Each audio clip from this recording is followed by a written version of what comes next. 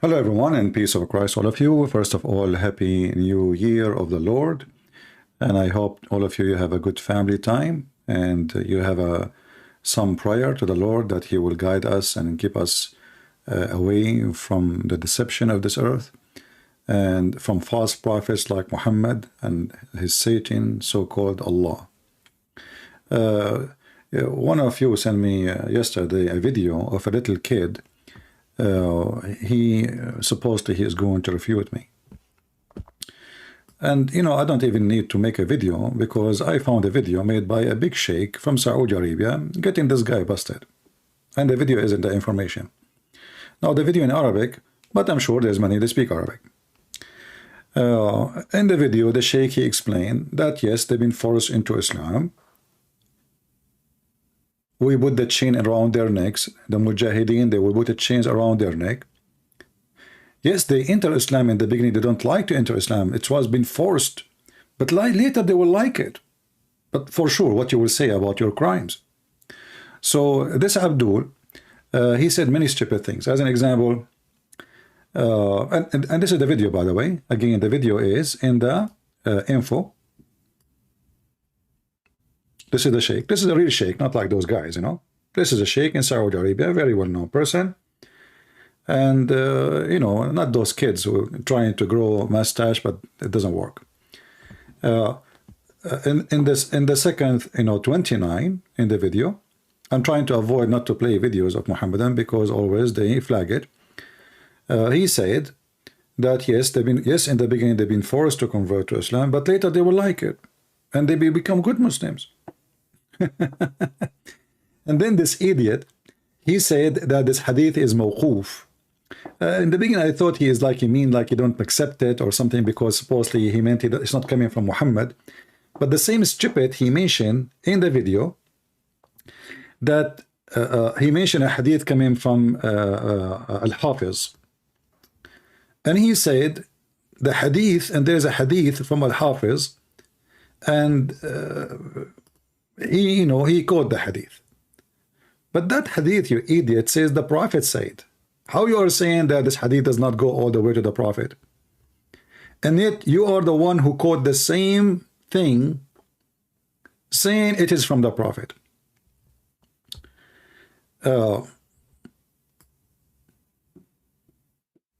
This is Al-Hafiz, volume number 6, page 145. And he is explaining, as long as you are the one who mentioned it, just to show everybody how stupid you are. And you said somebody became a friend to the Muslims. I mean, he is their dog. He is their dog. They have a chain around his neck. He became a friend. Isn't the Quran says take not Christian and Jews as friends? How you can be friends? The Quran even saying you cannot even take your own families. You cannot even take your own families as friends.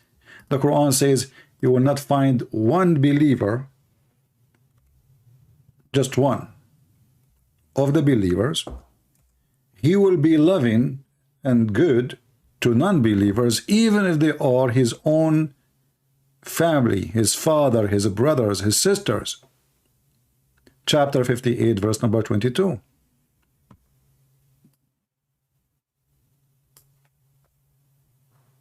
So when you say that they become friends, people will laugh at you.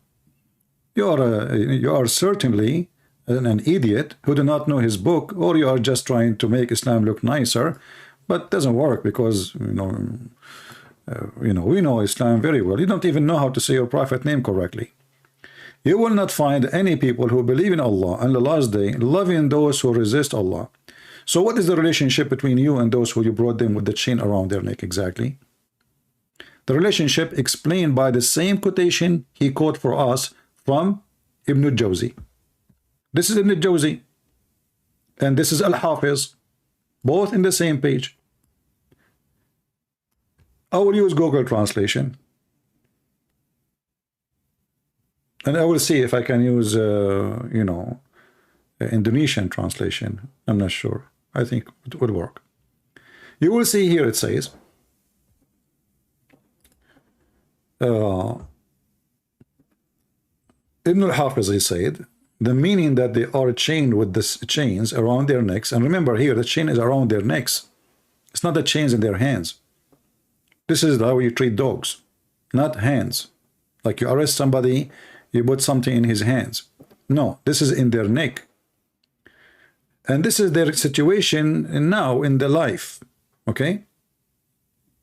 And there is no opposition to take it in the real meaning, which means it is really, certainly, chains, real chains. It's not like metaphorical. And the result of that, at taqdir, they will enter the heaven, and before they enter Islam, they were in the chain, which means until the moment they enter Islam, the chain is around their neck. So then how they choose Islam willingly? This is the same stupid scholar he chose for us. And this is a Jawzi underneath of him. I will use Google Translation, and I will use,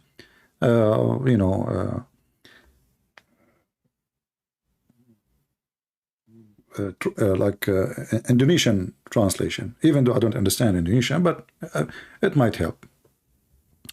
Here it says, قال ابن الجوزي, they've been captured and they've been chained. And when they notice how good Islam is, they enter willingly. So they enter heaven. Until now, that sounds nice. But look what he said after. And the force was when they've been captured. And the chain was for the same first reason. And the reason or the meaning, they've been forced to ikrah.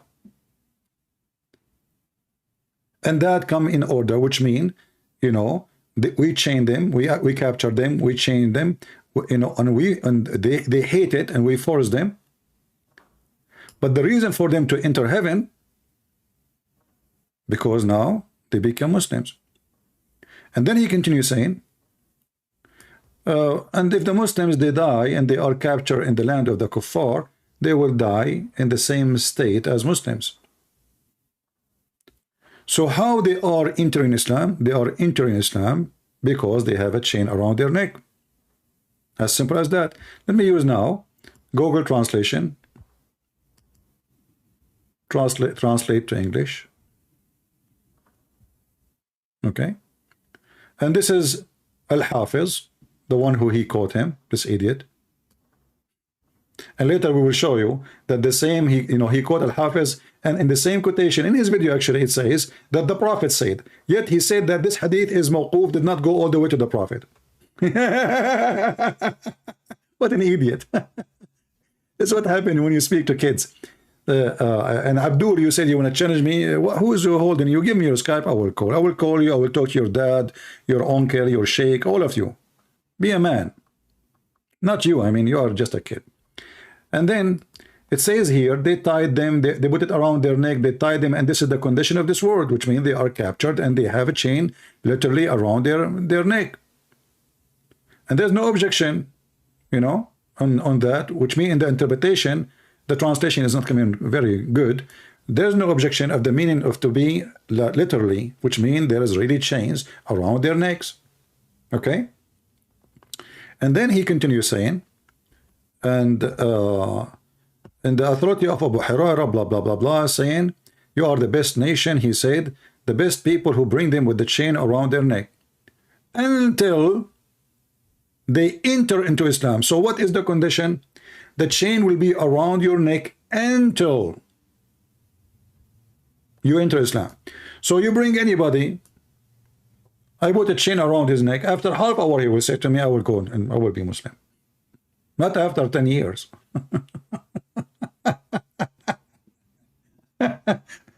Did he enter Islam before you put the chain around his neck? No. Did he enter Islam and you keep the chain around his neck? No. So what you made it clear to him, if you convert to Islam, we will take a chain from your neck. The second you enter Islam, we will unchain you. Very simple. And this is if you are lucky and we did not kill you. Ibn al-Jawzi, and he is the one who mentioned Ibn al-Jawzi, he's saying, what it's mean that they were captured and chained. And when they knew the validity of Islam, they entered voluntarily. And here he continue. So they enter paradise. So completion, when they entered, which means we forced them, we captured them, and when we chained them. This is the first reason.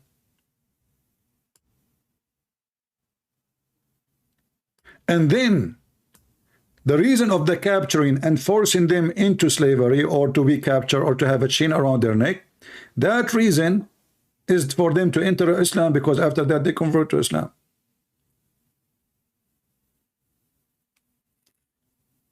And then, as long he is mentioning this guy, let us show more, like more reference.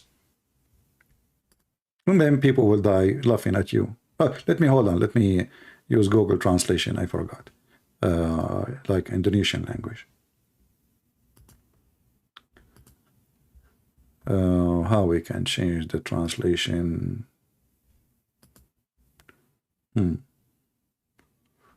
Okay, translate to English. Let us open the English translation here. Choose another language. All right. Indonesian.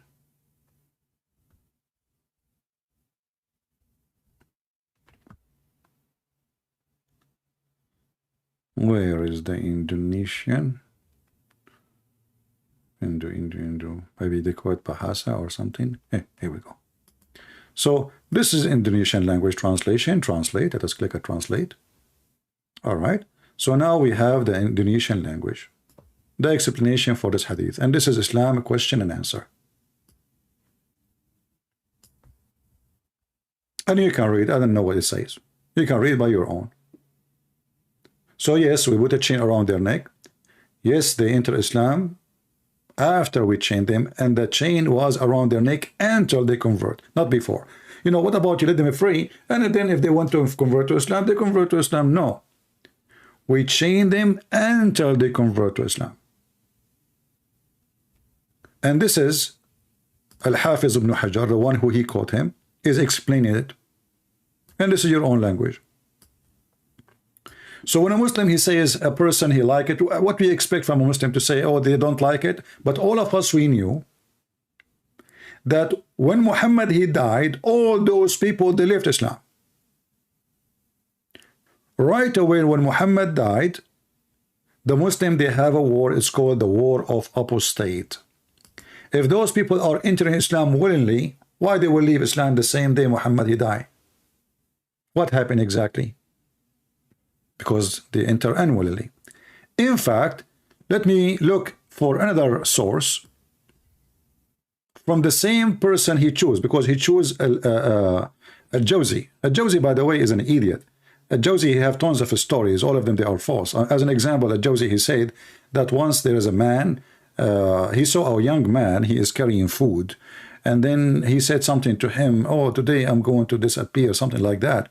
And then he walked in the ground, like in front of him, brother, and then the earth opened her mouth and swallowed him. And the food was left in the ground. So the earth swallowed the guy only alone. And then his father came and he said to him, did you see a young man, he was carrying food with him? Ibn Jawzi said, yes. He said, oh, where is he? So he told him, oh, the earth swallowed him. The father, he said, oh man, today I cursed him. I said, may Allah make the earth open and swallow you. Who in the world want to believe such a donkey?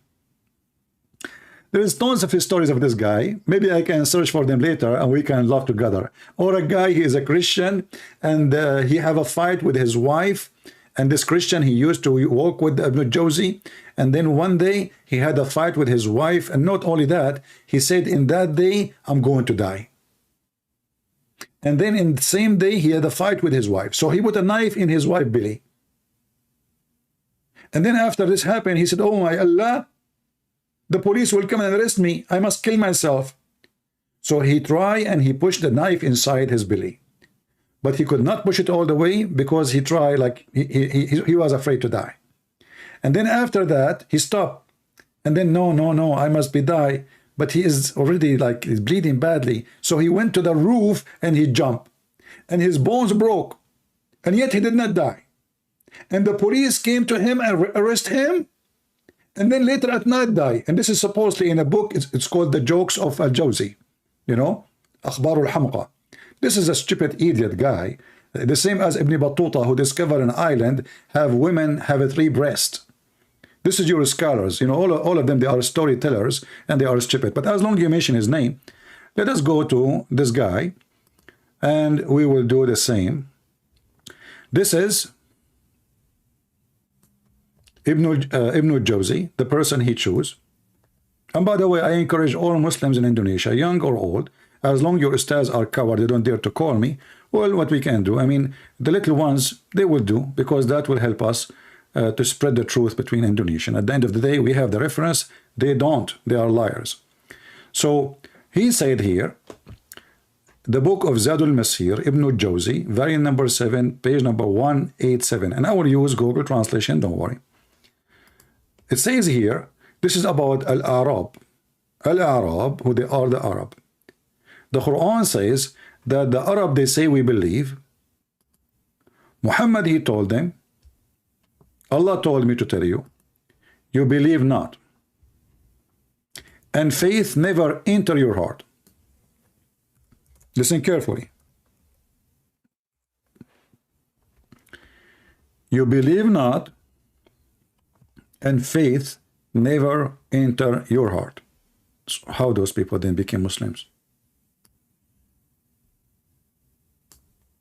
You know, we just saw a Muslim saying in the tafsir that those people, they like Islam and they join Islam voluntarily. How come they don't believe? Because Muhammad, he threatened them. If you go to different chapter, this is chapter 48. If you go to other chapter, here,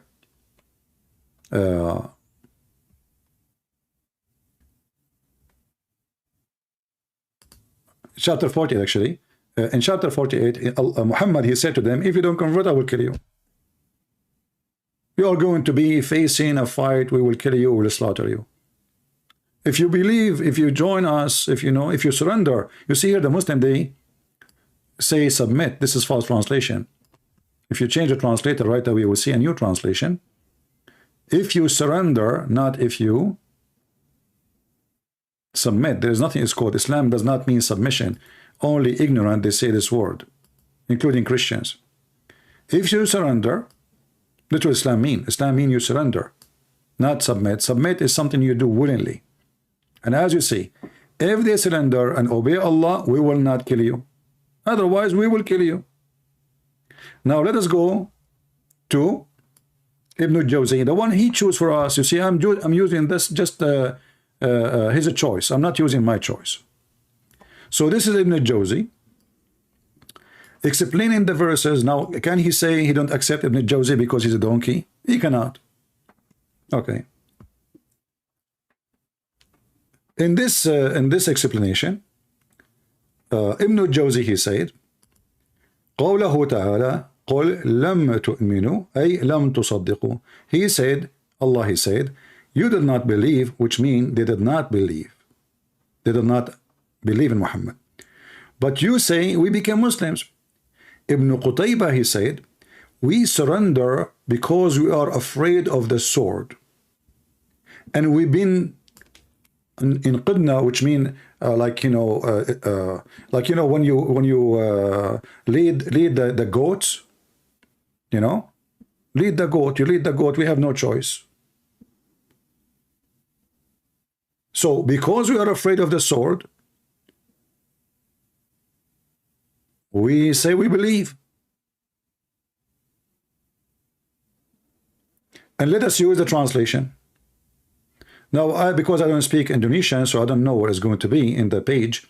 Let us see how there is a way I can find out. Maybe you will find it. I don't know. We will see if we can find it. I will use Google Translation. Let us see.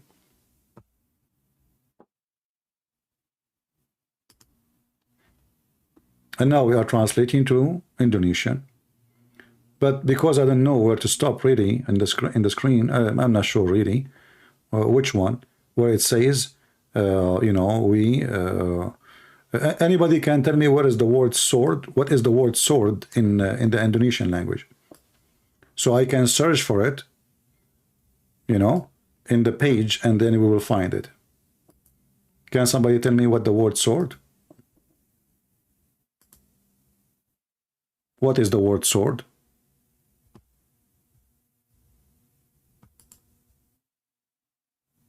Yeah, I will make a short link for you. Here we go.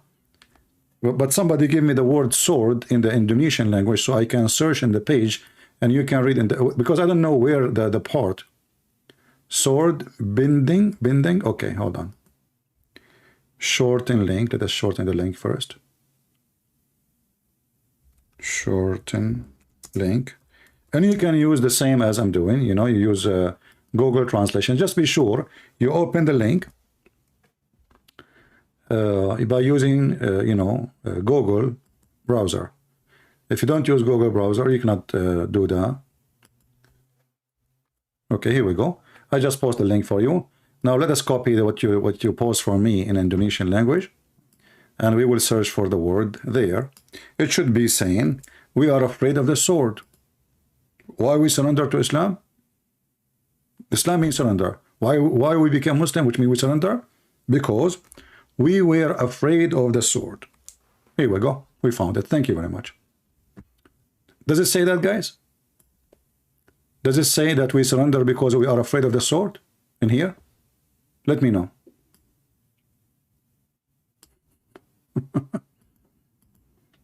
And remember, this is the same stupid book, the same guy, the same scholar.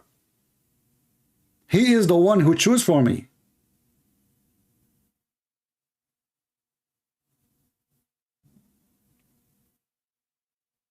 It says that, right? So why we converted to Islam? Because we are afraid of the sword, not because they like Islam. So when a stupid chicken like you try to speak to the eagles, we know why you don't dare to call me. And you say to them, I challenge Christian Prince, give me your Skype. I will call you immediately. So everybody will laugh at you. And here we go. This is Ibn al-Jawzi reference. This is the name of the book. This is the volume, this is the page, and you are a potato.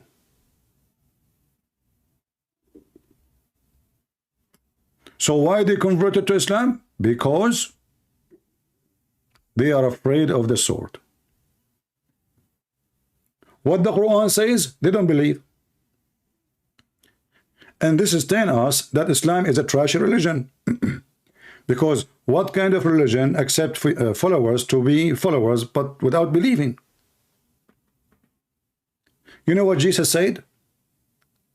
Jesus said, not everyone says to me, God, God will enter the kingdom of my Father, but the one who says to me, the one who do the will. Here, just say Shahada. You believe, you don't believe, you will enter heaven. Just say Shahada. Because this is hummus religion. This is falafel religion. This is not a religion.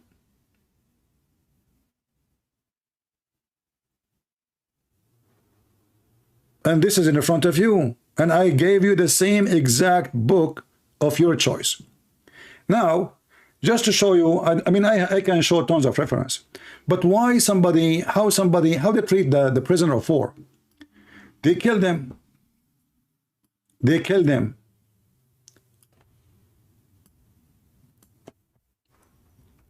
The Quran says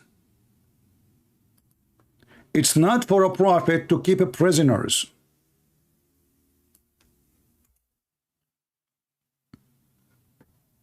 It's not for a prophet to keep prisoners. In this scenario here, Muhammad became rich, and now he is taking the money anyway. So why nobody will pay their, you know, ransom to, that's it, they are gone. So kill them.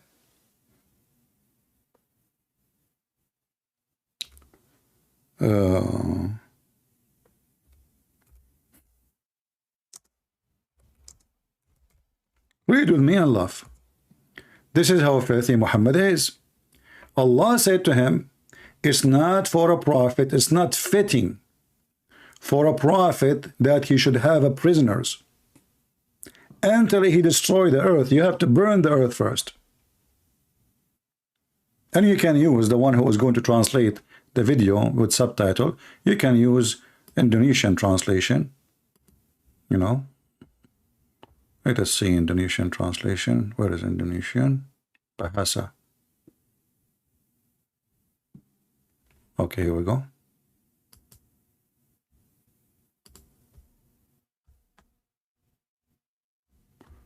Do you see how evil this religion is? And then they want to make us a speech about the Muslim treat, you know, Muhammad, he cut women, he opened their legs and he tied them to 2 camels, and she was over the age of 86 and he split her alive. Qurfa. This is who is Muhammad. Muhammad, all what he care, he don't care if you believe in him or not. He care that you are going to accept him as a prophet. He knew you don't believe. He knew his family don't believe. His uncle, the one who he grew in his house, refused to accept Islam. Even his dying, he said no. Because they knew him. He is a scam. You know, I mean, who knows the guy more than his family?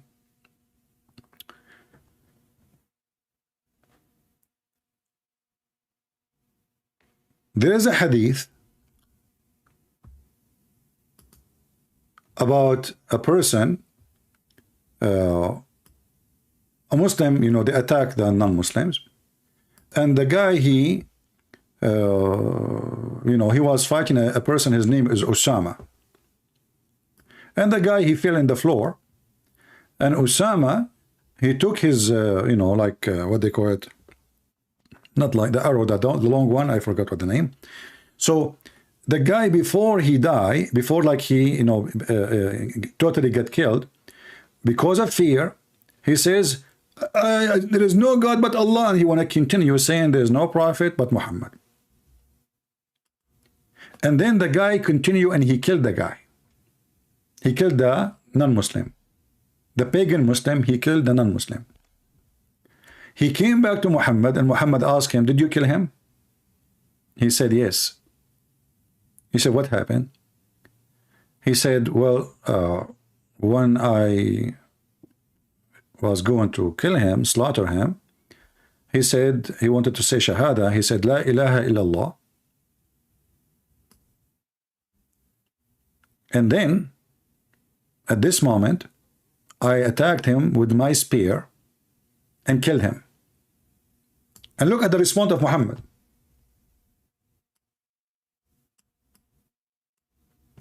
By the time we went back to Al-Madinah, news already reached to the Messenger of Allah, and he said to me, Osama, did you kill him after he said there is no God but Allah?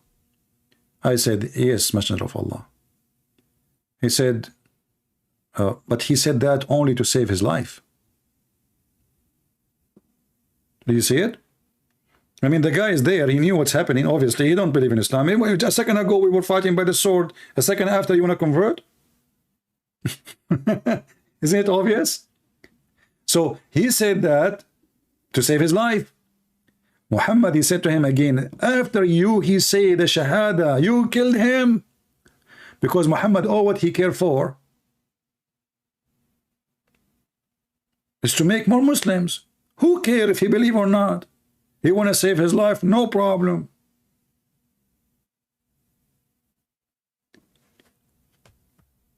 He did convert out of fear. If you continue here, the hadith, there's a continue for it. It says, he converted out of fear.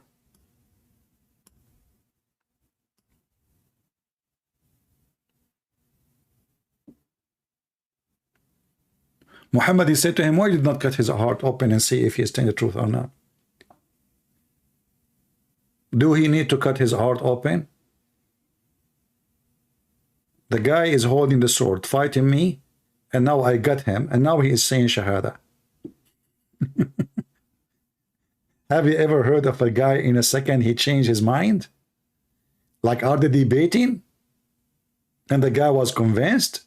No, they were fighting by the sword. So Muhammad is a fraud. And there's a chapter in the Quran says, when the victory came, the chapter of the victory, Al-Fatah, people, they enter into Islam by waves. But then when Muhammad he died, Muslim left, people left Islam by waves too. The same, they enter Islam by waves because Muhammad was victorious by the sword.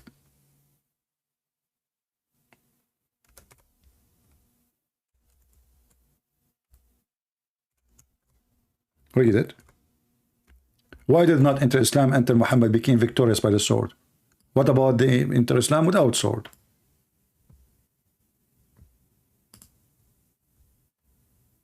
Do you see it? When the victory came, they enter Islam like waves. This is out what? Out of fear. This is why we saw Ibn Jawzi saying, well, you know, they enter into Islam out of fear to save themselves from the sword, and we showed the difference. The same guy he chose, and actually we can take the same verse here, you know, and let us see Ibn Jawzi what he will say. He will say the same.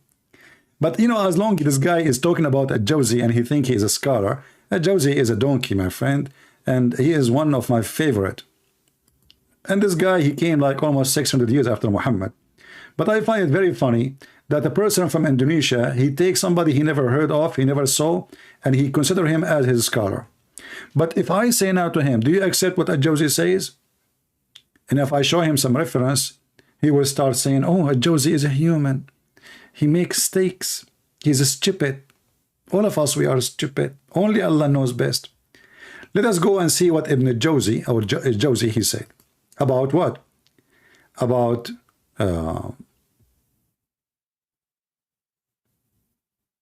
where the hail is coming from as an example. Shall we do that? Let us see. Just an idea. Where the hail coming from? There we go. I found it. This is the book of Ibn Jawzi again.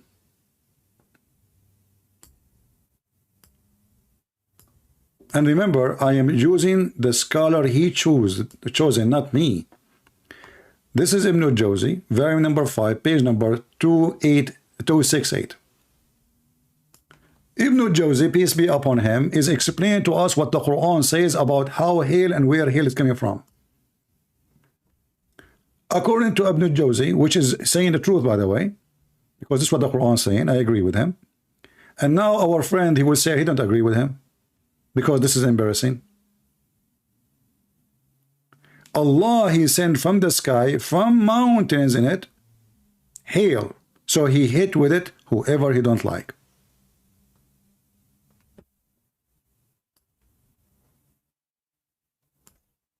Don't worry, I will use Google Translation, and I will give you the link. Let me give you the link, actually. Here we go. Let me post the link. First, I need to shorten it. Give me a second.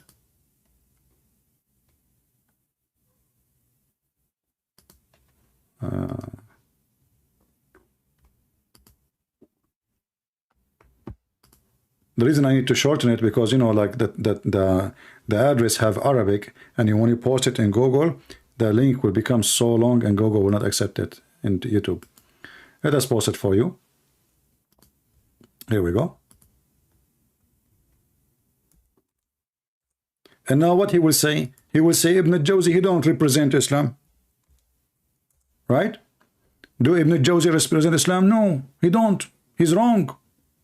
Ibn Jawzi, he's right when he want. Ibn Jawzi is wrong when he want. So Allah, he sent down from the sky, from mountain it, hail. Guys, tell me what the word mountain mean in anyway, actually we can find it easy because here we have numbers. Okay, so Allah, he sent from the sky, from mountains in it, hail, and he hit with it whoever you wish. All right,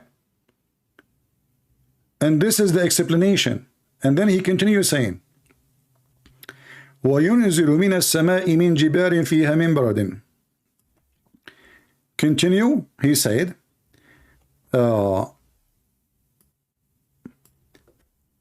this is at the end. He sent from the sky, from mountains, which hail is in it. hail is in it. The same as you say, there is a ring in your hand made from iron, which means this is solid. And then he sent it down. Let us use Google translation so people will laugh at Ibn Jawzi. Here we go, and we will translate to Indonesian language. And now what he will say? He will say Ibn Jawzi is wrong. So Ibn Jawzi is a scholar when they want. Ibn Jawzi is a stupid when they want. Just wait, you will see. He will say that. Tuhan, okay, Tuhan. Let us see where is the numbers. Here we go. It should be here. It should be here in this area. It says Allah, he sent hail from mountains in heaven. Does it say that?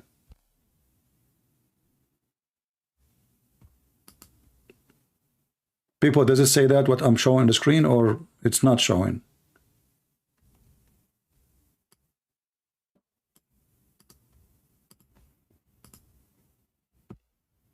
Because I don't know which one is, let me search for the word mountain in Indonesian.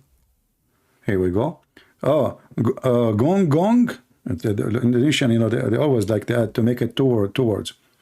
So Allah, he sent hail from mountains, gong, from where? From the sky, and there is in the sky, there is hail. There's a mountain of hail.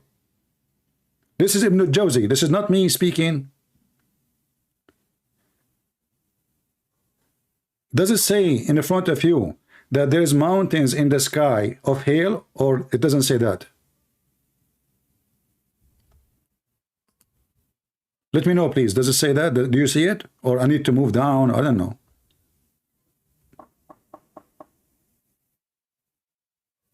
Do you see it or no?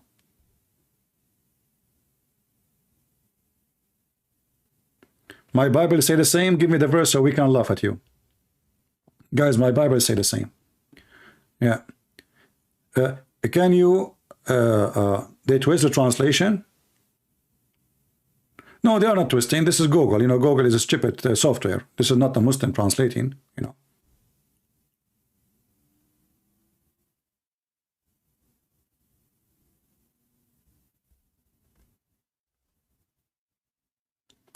If one of you can copy for me the sentence, like I gave you the link, if you use the same and copy for me the same exact sentence where it says there is mountains in the sky and Allah sent hail from it. So I can search for it here, and that will highlight. And remember, this is the same scholar he is quoting. I'm not using Ibn Kathir, Al-Qurtubi, Al-Tabari, Al-Jalalain. No, I'm using the one he had chosen for us. So he liked this guy. Let us go with this guy. This guy is the same guy too, who say that women, they have a sperm coming from their ribs. The same guy. So look what you chose for us. You chose for us an idiot of the village to explain to us what Islam is about. To explain to us what Islam is about. Can you deny that?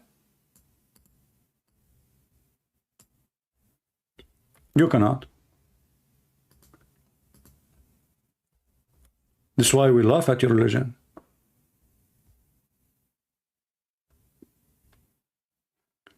The guy in the chat, he said, it says the same in your Bible about the hail. You are stupid. Where is that? The Bible says that everything is coming to us from the sky, treasure of snow, treasure of rain. Where is the mountains, and where is the hail coming from mountains? You are an idiot.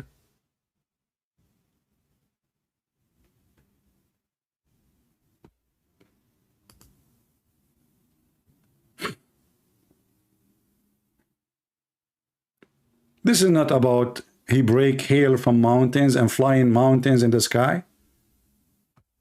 What a potato.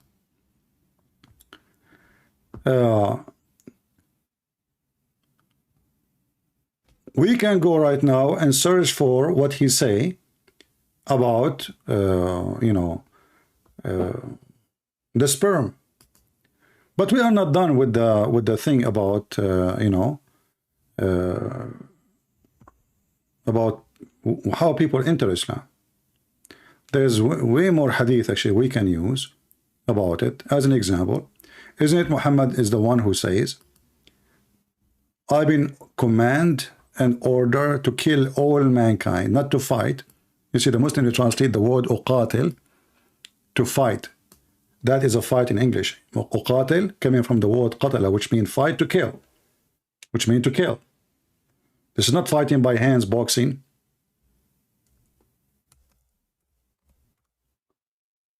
So Muhammad, he have a command. This is why people will enter Islam with the chain around their neck, because nobody wants Islam. But if we conquer them, they will enter Islam. We do not need to, if we debate them, we will lose. So what we do? And Muhammad, he made it clear. The only way is to do so. And when I'm going to stop to shed your blood and steal your women and your money, Muhammad is a thief. He is so proud about it. Nothing will stop me from killing you until they testify that there is no God but Allah and there is no prophet but me. Because he's a pagan, he associates himself with Allah. He don't want a person to be Muslim just by saying Allah is God. No. You have to say Muhammad is his prophet. And this is the only sorry. And this is the only way you can save yourself from the bloody Muhammad. So did people convert to Islam because they became a friend with the Muslims?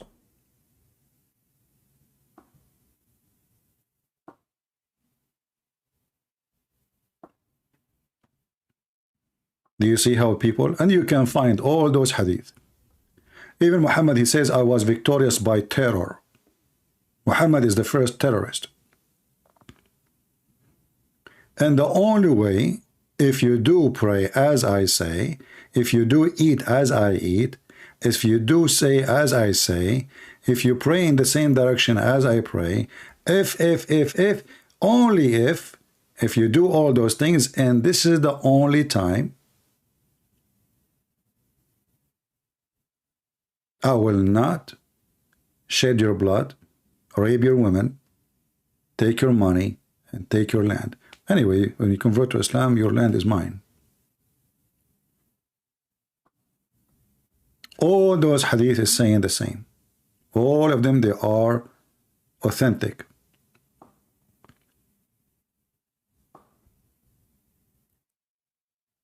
So what is the condition? To stop shedding blood, conquering, attacking, enslaving? Say Shahada. Not only that. Pray as I pray. Not only that. You have to pay zakat, money. Not only that. You have to eat as I eat, slaughter as I slaughter. And to believe or not, who care? This is what we showed you from Ibn Jawzi. They converted to Islam because they are fearing the sword. The Quran said to them, don't say we believe, say we are Muslims. So you can be a Muslim without believing.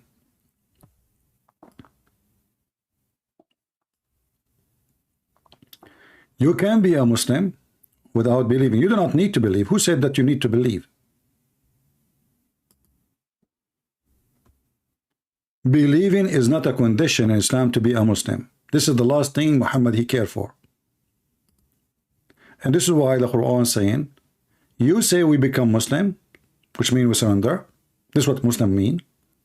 Say, well, and you will believe. Say no, you don't believe. Even faith never enter your heart. Say, we are Muslims. So what Muhammad named the hypocrite? Muslims. Those are hypocrite. Faith never entered their heart, and they never been Muslims. But yet Muhammad, he says to them, don't say we believe, say we are Muslims. And the verse in front of you, let us use translation in Indonesian, so people will laugh more at this such a stupid religion. Don't say we believe, say we are Muslims. Islam don't care if you are a believer or not. Islam care for only numbers and people. Surrender to Muhammad. You believe, you don't believe, it's the same garbage. Who care? You are under his foot. And this is why when Islam start collapsing, look at the Middle East. Nobody want to follow Islam. Who want to follow Islam? Go. Yesterday, all the Middle Eastern country, including Saudi Arabia, celebrating Christmas and a New Year. In the coward in Indonesia, they are harassing the Christians not to celebrate. And yet they say to us, Islam don't force you. If you go in chapter 9, verse number 29, and actually we can open Ibn Jawzi too to laugh more about the same. Kill them, harass them, defeat them, you know, until they convert to Islam. Until they convert to Islam. The idiot who said this is the same thing about the book of Job. You are an idiot. This is meditation. Saying that God, you have the storage of everything. You have stored everything. Everything is coming from you. Our wealth, our food, But because you are a donkey, you see things as you wish. You know, when we debate Muslims, we show them their interpretation, not ours. When a Muslim, they debate us, they try to explain our book as they wish.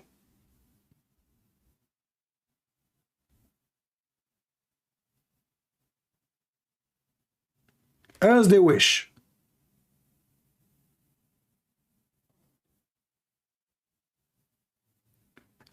As you see, I never mention something from my own. Here we go. The chapter 9, verse number 29, I go to Ibn Kathir. Ibn Kathir is a very well-known, respected scholar. He was like a YouTuber in his time, trying to debate the Christians and refute them. And this is Ibn Kathir saying, you are the best of mankind. Okay, how? What happened? What does that mean? You bring them and you bring them tied in chain in their necks. Capture them in war. And they later embrace Islam. Okay, how they embrace Islam? Let us see the steps. We chain them. We humiliate them. We torture them. We treat them like dogs. And then they have to convert to Islam. Let us go to chapter 9, verse number 29. As long as we are in Ibn Kathir, we can go, or we can go to Ibn Jawzi. And then we will love more. This is chapter 9, verse number 29.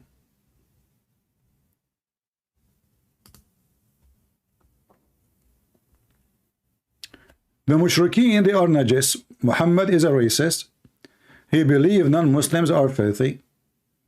When the funny is that Muhammad is the most filthy person ever you can imagine. If you go in the, as an example, when the Muslims, like today a Muslim, he was saying how the prophets of God, they pray in the Old Testament, and he start quoting like Abraham, he prayed this way, and then he mentioned Jesus, but it says they lay down in their face. Muslims don't pray to Allah laying down their face. You put your head down. The Jews, they don't pray this way. You can go watch how the Jews, they pray. They lay down in the ground. They don't bend over and their ass is up to Allah. But how Muhammad he pray? How Muhammad he prepare himself to the prayer? How he get it clean? This is Muhammad. And now what this guy will say to me, let's see Ibn Jawzi what he said. I challenge you, go. We will die laughing. Muhammad, he takes shower with dead dogs, women blood from period. And garbage. And this is your Muslim website. And this is Sahih Hadith. All those hadith in front of you are Sahih. Do you see it? And Muhammad, he claimed that nothing make it unclean.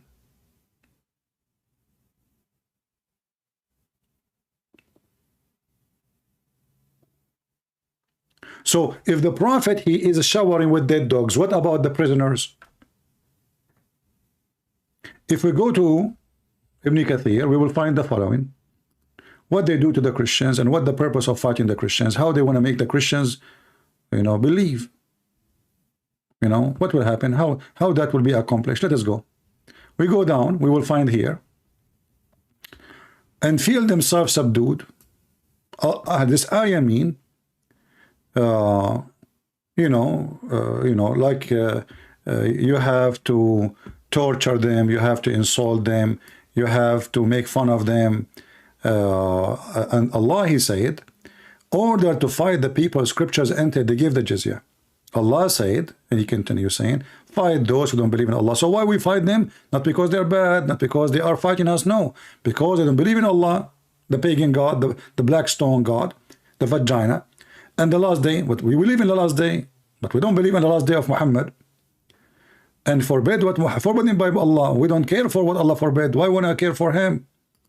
And this is telling you, when the Muslim, they say that the Christian and the Muslim, they have the same God, that's a big lie. The Quran says so. The Quran says that we as a Christian, we don't forbid what Allah forbid. We don't worship what Allah wants us to worship, and we don't follow what Allah wants us to follow. So how we have the same God? Those are pagan, they are black stone kissers. Those are people who believe in beating women, having sex with the children. Those people believe in fairy tale stories and sperm coming from the backbone and the ribs of the women. Remind me later to show you Ibn Jawzi, what he said about it. Sorry, my voice is not good. Okay, and then he says, so you have to fight them, okay? This honorable ayah was revealed in the order to fight the people of the book. After the pagan were defeated and the people enter to Allah religion large number. So when the people enter in large number, when the pagan are defeated, so now Muhammad, he have enough men to attack the Christians. In the beginning, he was saying we'll be friends, don't worry. The friend, they never fought him, the Christians. The Christian, the Arabian Peninsula, they have no problem with him. Suddenly Muhammad, he turned on them, either you convert or I will kill you. The Arabian Peninsula was secured under the Muslim control. Allah commanded his messenger to fight the people of scriptures. But this is the same guy, he was angry because the Roman, they lost war with the Persian. Do you see the coward son of Mut'ah? At that time, he was trying to be, claiming to be, he is close to the Christian, he is a Christian too. The pagan, they made fun of the Roman. The Roman, they lost the war with the Persian. The Persian, they entered into Jerusalem. Muhammad, he told them the chapter of Ar-Roman, the Rome, oh, they will be victorious. And actually, he mentioned this verse after they've been victorious, not before, which means it's not a prophecy. And even he used the word Bada, which is stupid, which means 3 to 9. But anyway, not our topic. So fight them, but okay, what we will do? What exactly is required to force them to convert to Islam? Until they pay the jizya, for they did not embrace Islam. Okay, you know, pay money, so you live. The mafia, no problem. No, no, no, no. Read carefully. They have to be disgraced with humiliation, with humility, torture. Muslims are not allowed to honor the people of the Dhimma. Those are not prisoners now. Those are people, they are going to pay jizya. Look how they treat people who they are civilian, not men who they are fighting. We have to torture them. We have to spit on them. Muhammad, he said, when you meet somebody in the street, force him to walk in the sewage. Read with me. Okay, and or elevate them above the Muslims, for they are miserable, disgraced, humiliated. Muslim recorded from Abu Hurairah said, don't initiate salam to the Jews and the Christians, and if any of you see him in the street, force him to the sewage. The narrowest alley is the sewage. You know, in the old days, they used to have a little tunnel in the side of the dirty road, the dirt, where the dirty water go. So if a Muslim walking and a Christian walking, they cannot walk in the same street. No, you are a Christian. And this is how they make them convert to Islam, because you stay like this 1 month, 1 year, 2 years, you know, and they kidnap their daughters, and they rape them, and they beat their kids, and nobody can protect them. And the Muslims, they say they are protected by us, from us. Why? We ask the Muslims, why we pay jizya? They say, we protect you. From who? From us. In our land. They take our land, and then they are the police on us. And we have to pay them for occupying us and for bringing humility to us. And here you see, this is why the leader, the faithful Umar ibn Khattab, may Allah please with him, demand well-known conditions. So the Christians, they have to ensure their continue of humiliation. Continue of what?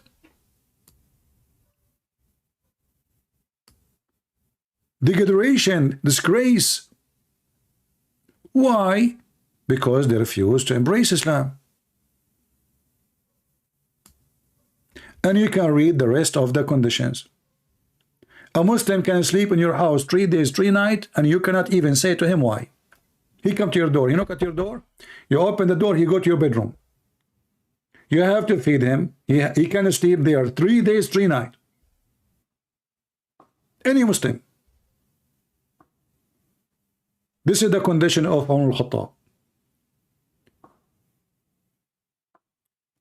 And you know, when this coward, this little boy, he say that this is not true.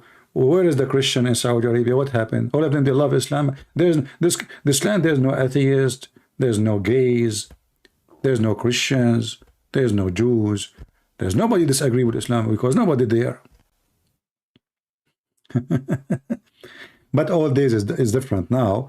Right now we have a lot of Saudi convert actually, and as you see in Saudi Arabia now, they are celebrating Christmas and a New Year, and they have Santa Claus, and women they can drive, and soon, God is willing, we are going to put our cross in the top of the Kaaba, and you will see that is happening.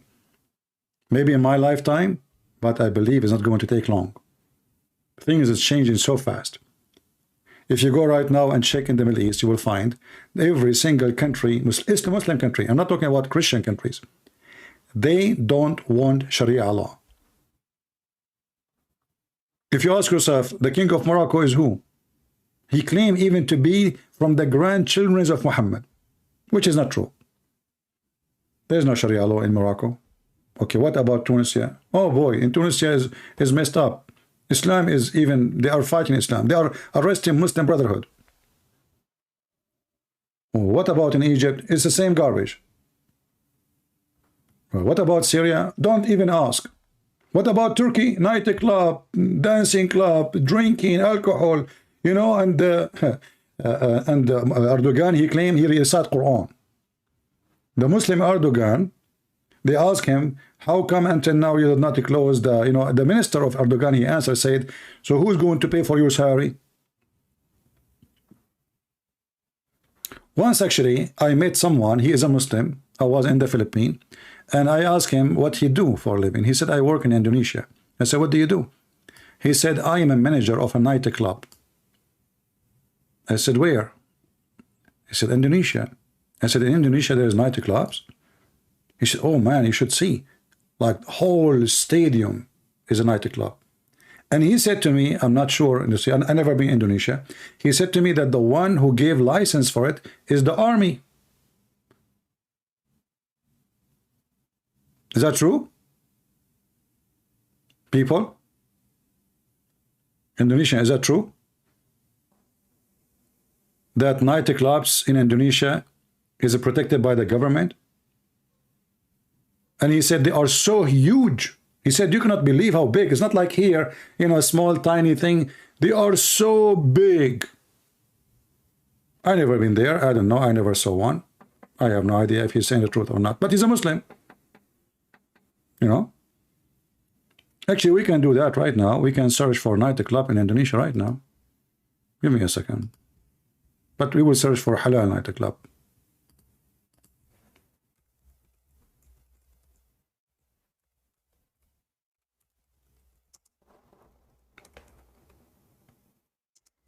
I don't know if you can hear the guns. People here are crazy. Everybody is shooting with his Kalashnikov.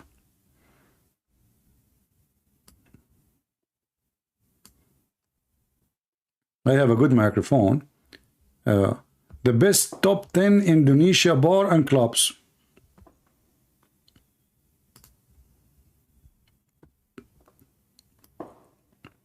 There's top 10 too? What about top 5? So those Muslims, they are angry from Christmas, people, kids having Christmas, and they have Santa Claus, and they are praying to God, but they are not angry from nightclubs.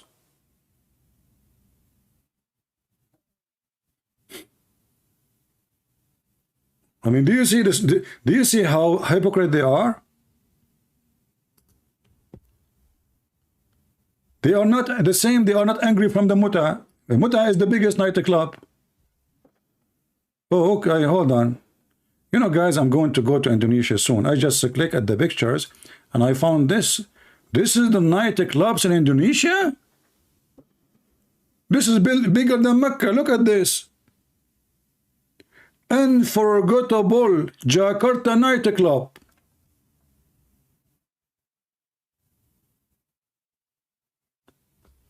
Hold on, hold on. I want to check what is the ticket to Indonesia. Allahu Akbar. I want to convert to Islam. I'm coming. Guys, forget about my page here. I think I have something better to do. You know, I will be a Muslim and I will spread Islam. You know, like I will make those Muslims practicing halal Islam. You know, there's a look at those girls. I mean, this is a Muslim country. They are forbidding Christians from having the Christmas, and this is what you have in your country.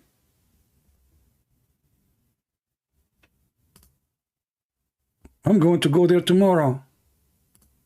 Hold on, why tomorrow? Now let me call Joe Biden. Joe Biden, he give a free ticket for everyone, you know, especially if you tell him I am an immigrant. He can go anywhere. So the Christmas is a threat to Islam, and you know, and all of this, you know, your girls and your women, and this is Jakarta, the capital of the Indonesian. A lot of orange. What do you mean they are young? I'm young too. I'm young. You know, in Indonesian, you have to say the word twice to make it too much young. So they have big mouth. They speak about halal, and they attack the Christians, and they insult Christianity. And then you look at the religion, I mean, the most lousy ever. And they want to practice Sharia Allah, and what the heck is that? I like your Sharia Allah, by the way. I mean, this is a lot of Sharia, my friend.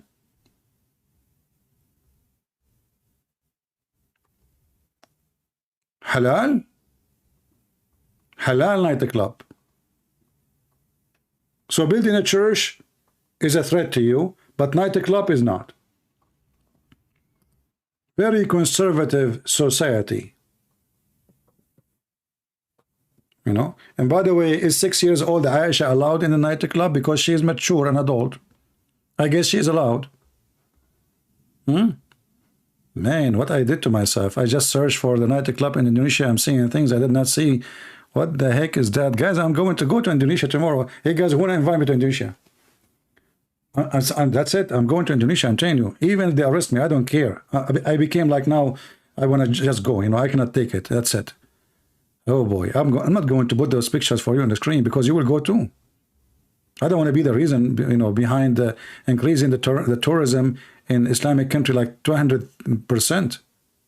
You know, a lot of orange there. I mean, I have a big look, and those girls, they have big orange too. MashaAllah, MashaAllah, MashaAllah. Yeah, Aman Rabbi Aman. Yeah, and all of this is in Jakarta. Jakarta. This will remind me of when Muhammad, he lost his orta. Oh, okay. Yeah, Treshi, he's saying Indonesia is not a true Muslim country. It turned to be all Muslim countries are false Muslim countries. Okay, what about Saudi Arabia? Is it a true Muslim country? What about your prophet? Was he in true Muslim country? I can show you. Your prophet is starting the first nightclub. Did your prophet have dancing girls in his house?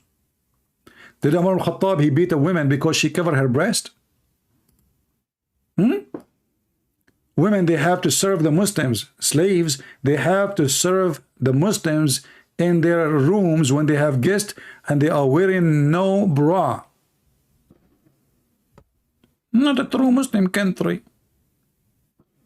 As if your prophet was a true Muslim. Isn't it your prophet who made any believing woman she can give herself to the prophet to F her? Yeah, this is the nightclub. What about when you go to heaven? Nightclub. You go to the heaven of Islam, you know, you say Assalamu alaikum, nobody can answer. Why? Because all those Muslims, they are holding their jalabiya in their mouth and they cannot talk. They are having sex. You enter the bedroom of Zakir Naik. Assalamu alaikum, Zakir Naik. Don't talk. Don't you see how I'm in sex? Zakir Naik, okay, we stopped for a second, man. Hold the jalabiya in your hand so you can talk to me. First of all, I can't stop because Allah is said you do the Zakir Naik, I mean, okay, put the jalabiya in your nose so you can. Okay, what about, hold on, I will teach you a trick. Put the jalabiya next to your neck and hold it with your head. Christian Prince, thank you very much for telling me this another amazing. What? Sorry, I'm very excited. Okay. Zakir Naik, you're excited? Exactly. Allah promised that when we go to heaven, we will do dahman. Like, what the heck is that? What dahman? Tell me what. I don't speak Arabic. Dahman mean, Christian Prince. Zakir Naik, you forget to switch your voice. The same as Muhammad, he forget to switch between him and Allah when he write Quran. Exactly, sorry. So he said, Prophet Muhammad, he said, we will do dahman, which means we will push so hard. Like what? Zakir, don't, you are getting dirty now. Come on, stop. Christian Prince, first of all, in Islam, there is no theme. And I'm saying to you, what will happen? Okay, thank you. Just give me more details, man. Don't give me, I mean, give me details, but don't, you know, use your hands and don't use, are you going to use other parts? Christian Prince, first of all, I cannot use other part because I'm using right now. So Sunday, you know, I have to go. Oh boy. So when those Abdul, they speak about, oh, in Islam, you know, he's not bringing them with the chain around their neck. Yes, we don't. We force you to pay jizya. We treat you like a dog. If you see a Christian in the street, force him to the most narrow alley. Don't respect them. Don't treat them nice. Even they have a million videos about haram to say Merry Christmas, because if you say Merry Christmas, you are honorable in them and you are approving their belief. I mean, you are mentally ill. You believe in conspiracy about anything. The Muslim, when he pray, Muhammad, he said, Shaitan, take care from his anus. When he say Allahu Akbar, Shaitan, he fart. When he enter the bathroom, Shaitan, he go inside his anus and he with a screwdriver. And he go inside his anus. This is number one religion, believe in conspiracy. Anything happen, it's a conspiracy. Shaitan against them. But Muhammad himself is Shaitan. Actually, there's a hadith. Maybe I should mention it different times so we don't get that complicated. Let me search for this story of Ibn Jawzi, just for, you know, for fun. I don't know if I can find it, but let's see.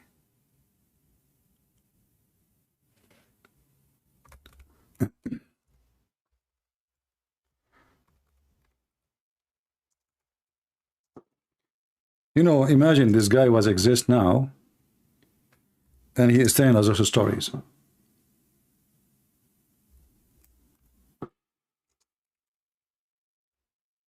I close all the windows so the smell of firework and shooting, you know, will not come inside the house.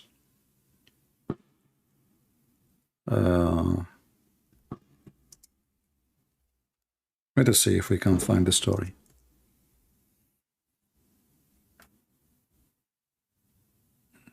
Here we go. We found it. Oh, this is Telegram. This is Telegram. Oh boy. We don't want Telegram page. We want a normal website.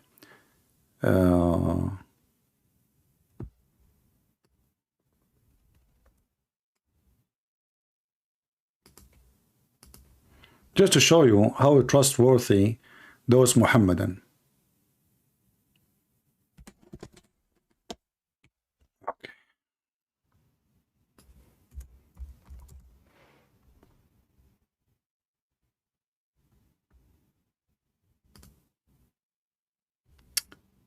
We cannot enter the website.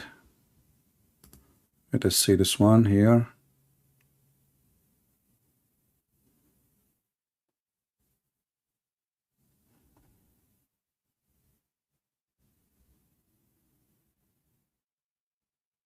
Here we go. But it doesn't say here anything about Ibn Jawzi, so we want to find where it says Ibn Jawzi.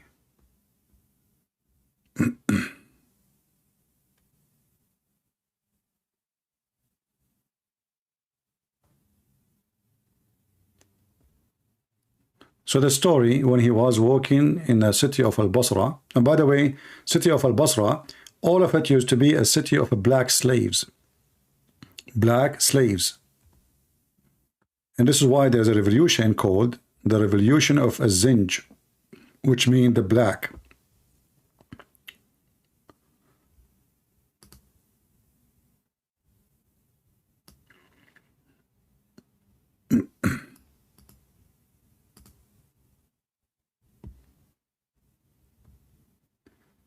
Okay, let's see this one.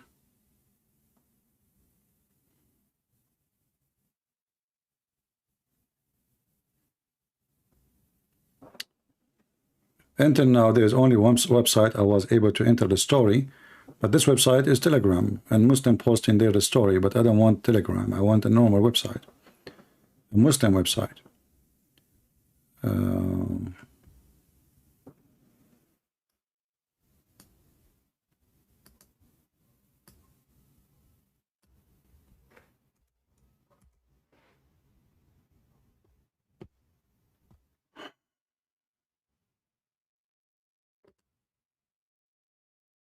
Let us see this website, maybe.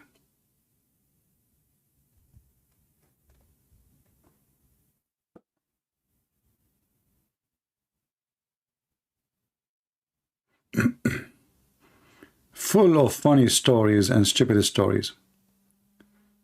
Okay.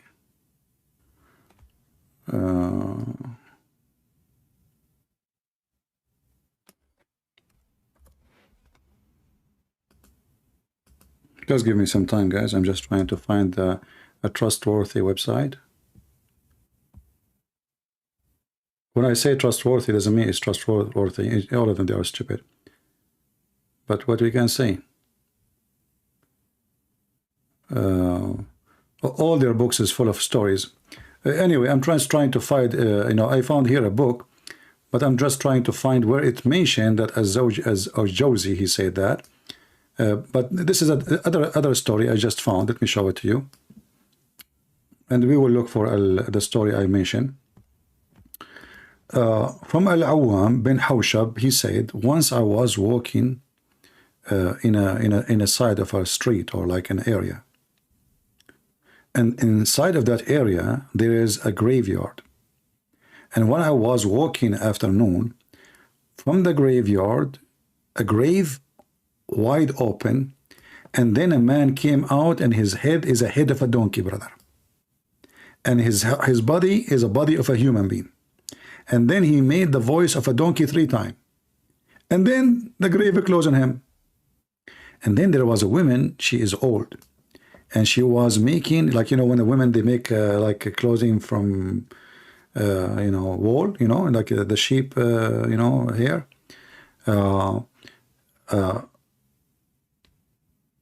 She said, one woman, she said, do you see that woman? She said to him. He said, yeah, what about her? She said, she is the mother of this guy. And then he said, okay, what is the story? She said he used to drink wine.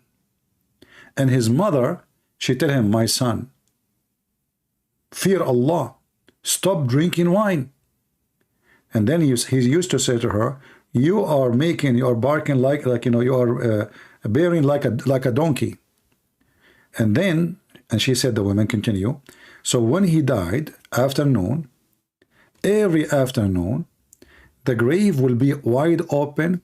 He come out from the grave, and he makes 3 bearing of a donkey, and then the donkey and the grave close on him.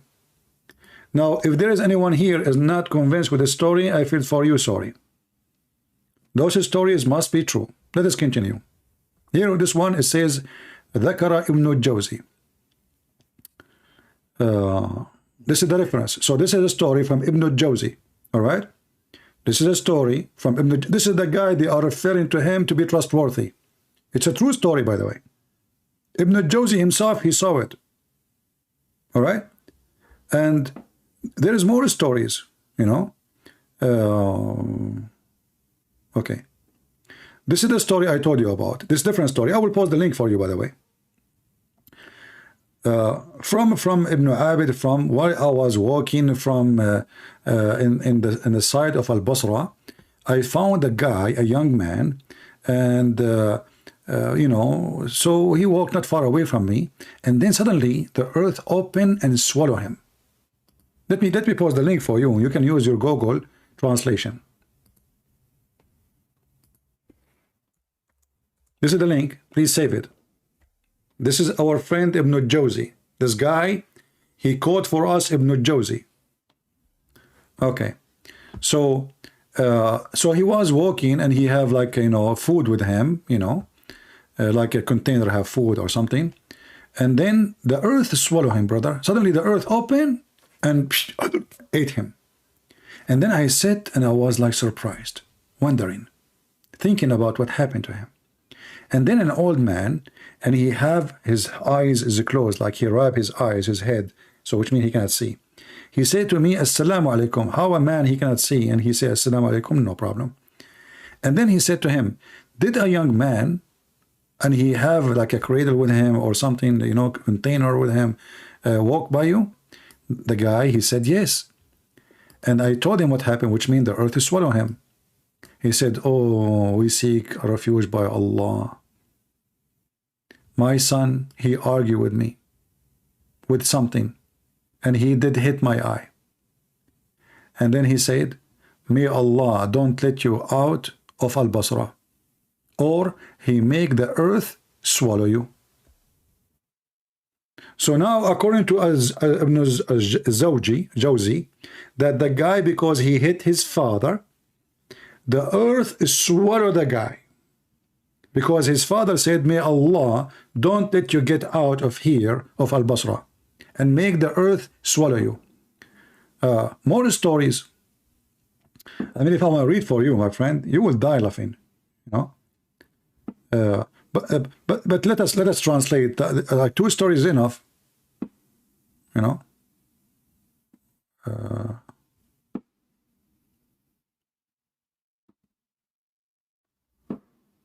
Okay, let us go here. I will use translation to Indonesian. Should I use English or Indonesian translation? I don't know. Just tell me, guys, what the word donkey mean in Indonesian. Let us translate to Indonesian. Anyone can tell me what donkey mean in Indonesian language so we can search for it? Is it the one? Is it the one saying his head became head of a donkey? And the grave opened on him?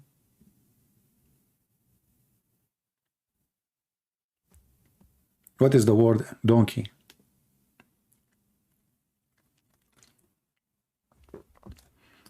Kiladi? Kiladi. Are you sure? I thought this is the name of the guy who made the video. I don't know. Maybe I'm mistaken. Okay. I don't see the word Kiladi here in the whole page. Are you sure? In the translation, I don't see the word Kiladi. What, did you translate the page I gave you? Let us switch to English then. I don't know. Translate to Indonesian. Let us switch the language. Choose another language. English.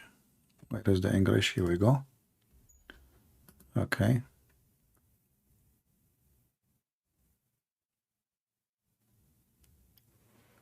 True story. In the authority, look guys, those Muslim scholars, they speak in the authority. Authority. Okay.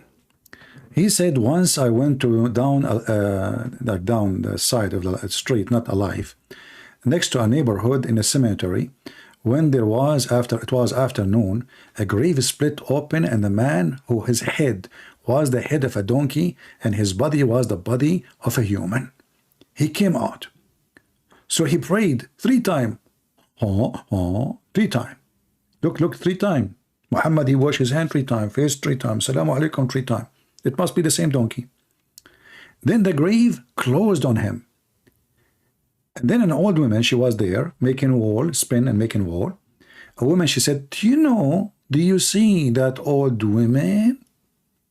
I said, oh, yeah, what about her?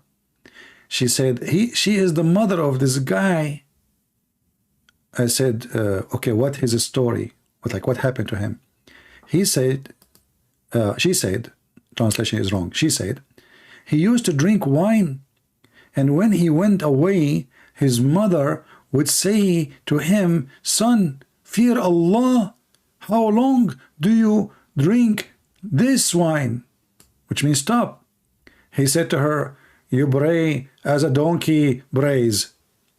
So she said, he died afternoon prayer time, right away in the same day. So the grave closed on him or open on him each time afternoon prayer. And then he make the voice of a donkey 3 times, and then the grave closed on him. True story. And this is the stories of Ibn Jawzi, the guy who chose for us him to tell us what Islam is about. Let us continue here. Okay.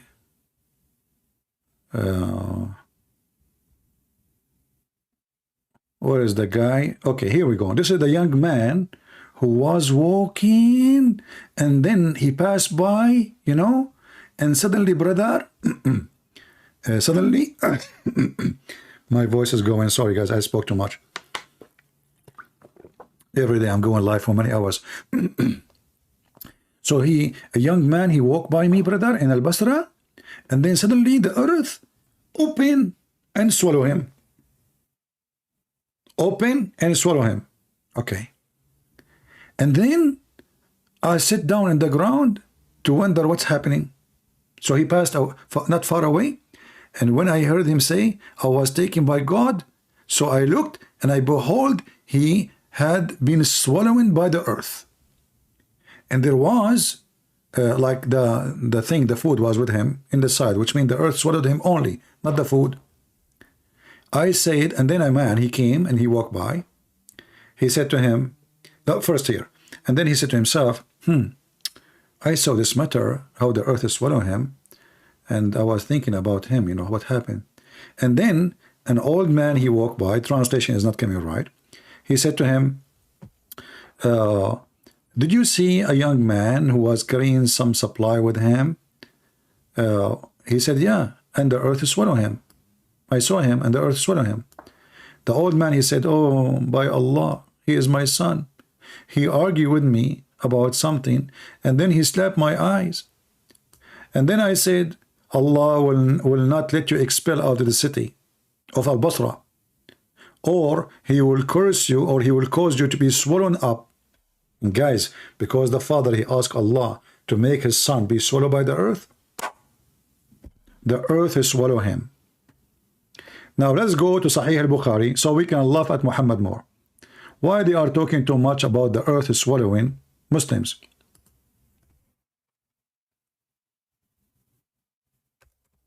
Muhammad, he said, and this is in the additional proof. You see, the Muslim, they fabricated stories, because Muhammad, he said that if you do play music and drink wine and watch girls dancing, Allah will make the earth swallow you up, or he will transform the Muslims into pigs and monkeys. Now, as long we showed you that in Jakarta you have a huge nightclubs, and those boys and girls, they go inside the nightclubs and they dance and drink, and until now Allah did not make the earth swallow them, neither he made any of them pigs on the monkey. So what the Muslim they do, they fabricated stories which nobody saw, that yes, Muhammad, he said the truth. If you drink wine, the earth will swallow you, brother. So he fabricated a story. Thank you, my friend. Enjoy your dinner with your family. All right. Let us see if we have any Muslim would like to call us. We are just having people saying Happy New Year. Thank you very much. If you say to me Happy New Year, and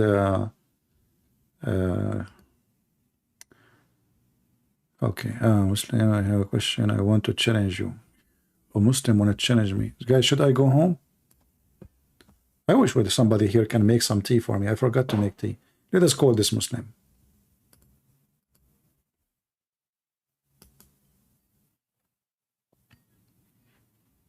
But guys, don't you like really this story? Let us be honest here. Didn't you like it? I mean, the guy, he drank wine and then he died right away because his mom, she cursed him, or his Allah, he cursed him. And then every day he come out from the grave and he have a head of a donkey and his body is a body of a human and he sound like a donkey 3 times and then he go back in the grave close on him. True story. Ibn al-Jawzi. His stories is by the authority. I'm calling this Abdul who asked me to call him.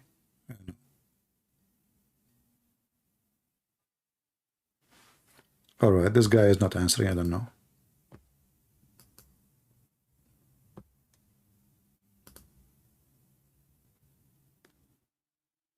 Okay. Any other Muslim?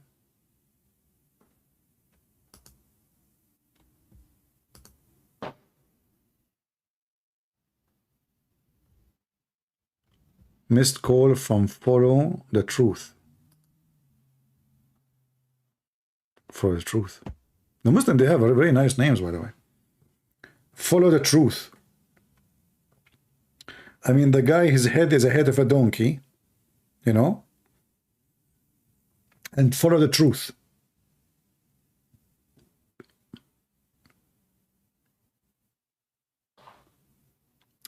Please show me where in the Bible it says celebrating New Year.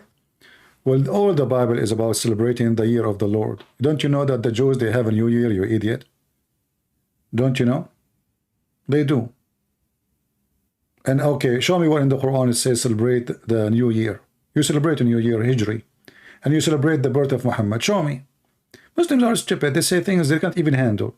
So what about you call me, and I will show you from the Bible where you can celebrate, and you show me from your Quran where your prophets celebrate. Any celebration you do, any of them, all your celebration is false. All of them. Actually, if I go right now to YouTube and search for how Muslims celebrate, you would die laughing. Literally, you would die laughing.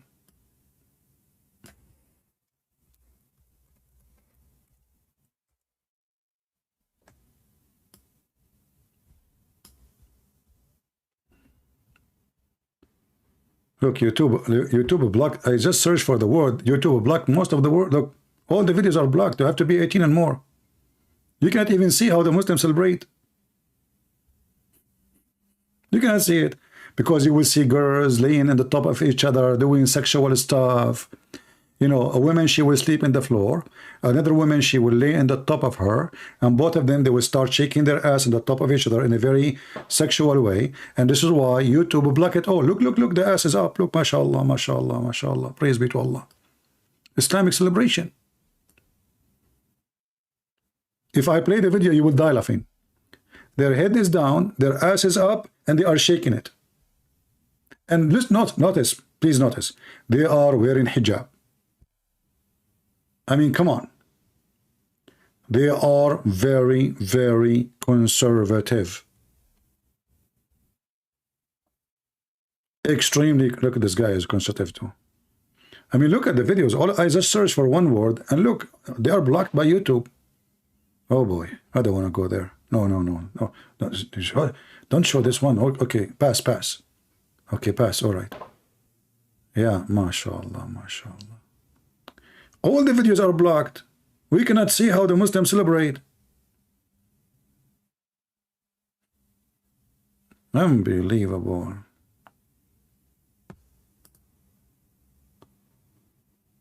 Okay.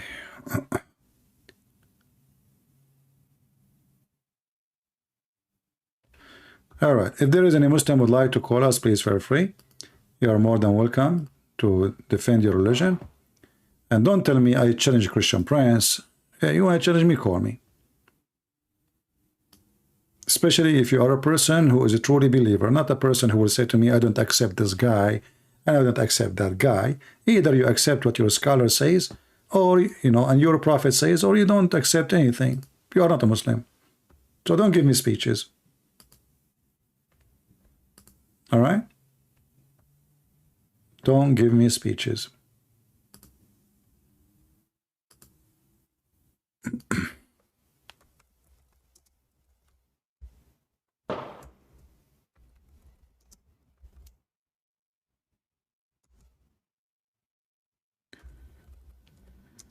Any Abdul?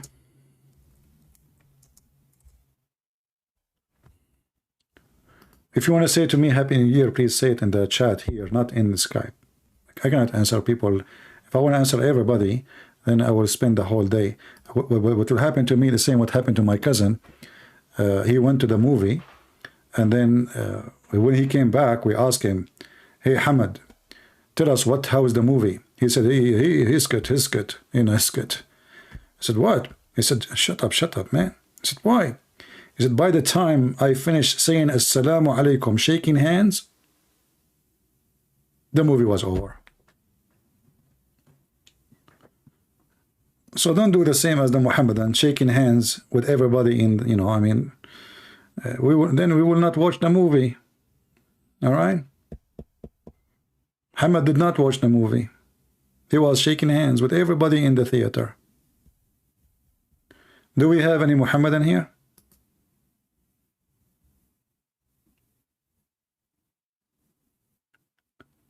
All right.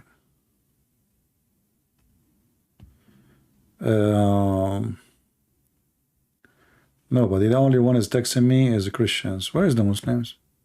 Mayday, Mayday, Mayday. By the way, I did not drink wine for a long time, but I don't even have wine at home. I want to make an experiment to see if Ibn Jawzi and Muhammad are telling the truth. I will say shahada, and I will drink wine. And then I will see when Allah will transform me into a pig or a monkey. I mean, all the Muslims in the world who they are drinking, dancing, Saudi Arabia, everywhere, Allah until now, He did not make one of them a monkey or a donkey head or make the earth swallow them. Why? My friend, why? Something fishy, my friend.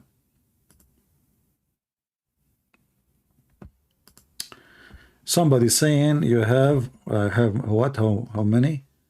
I have 100,000 subscribers. I don't think they are 100 yet, are they? No, it's 999. Look. Brother, I am like Allah now, 99.9. Like how many people vote for Prophet Muhammad in Mecca? 99.9999. Saddam Hussein, 999.999. Assad, 99.99. All of them, they love them. What about the King of Morocco? 99.999. Okay, the King of Jordan, 99.999999. What about the King of Saudi Arabia? I mean, everything is. So look, 99,900, which means we have, you know, when they say 900, doesn't mean really 9. I mean, doesn't mean we have 100 left. It might be maybe one or two names to become 100,000, because they count until they pass the second 100, then the number will flip. So look like maybe by tonight, before we enter the new night and New Year in USA, we will have 100. But anyway, maybe for me, I don't really care. Maybe it's better even to have a channel have, you know, just a few. Start a new one. Why not? So only people who they are serious, they will come and join us. And it's very strange that until now YouTube did not delete my channel, because each time I arrive to 80 something, you know, the channel is gone. I know what happened. Allah, He swallowed my channel. Yeah, He swallowed it.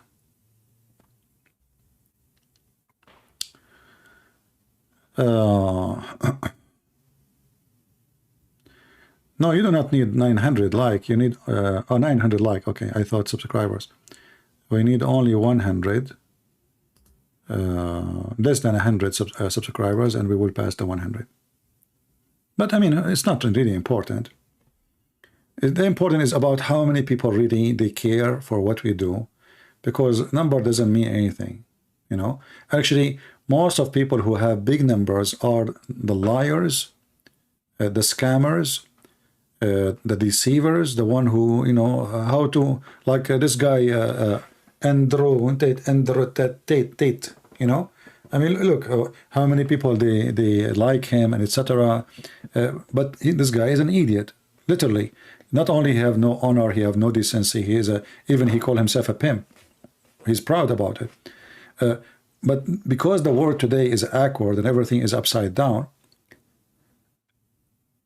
you know, having a huge number doesn't make you good. Not necessarily. It might be totally the opposite. You know, if you see now a girl, she is making a video, a normal video, you know, she is wearing a normal clothing, she is not showing her skin, she is not showing her panty. How many people watch her video? Nobody. So numbers mean nothing. Like, you know, sometimes I like, because I like outdoor, you know, I like outdoor activities, I like hunting, I like guns, you know, this is my hobby. So I go and search for off a grid. Off a grid mean living like away from everything, like you live, you know, no electricity, no water. You have to like find your way to do things by yourself. Okay, so if we look right now for off a grid, what we will find? Are we going to find some decency? Are we going to find even a video about off a grid? You will find that all the videos, if I type right now off a grid, you will find nothing but naked women in the thumb, and this is how they get the click. I will type it, off a grid. And remember, I'm searching for what? I'm searching for off a grid. I'm not searching for nakedness. I'm not searching for naked women, you know. I'm just searching for people living off a grid. What you will see. I'm not, maybe I should not even show in the, but you can search yourself. Very embarrassing. The one who have millions of views is the one they are showing their breast and their asses.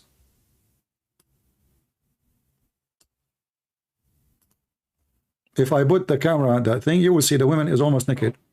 1.1 million off a grid. This one is the same. 1.1. 1.3. The one who have no women, no nakedness, they have 10,000 views.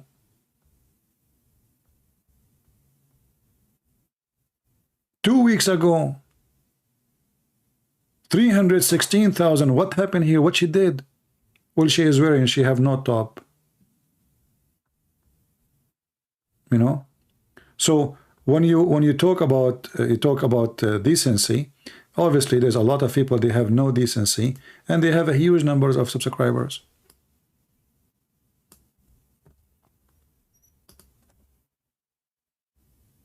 Numbers mean nothing. What is important is the quality. Jesus himself, he have 12 subscribers. Is that true?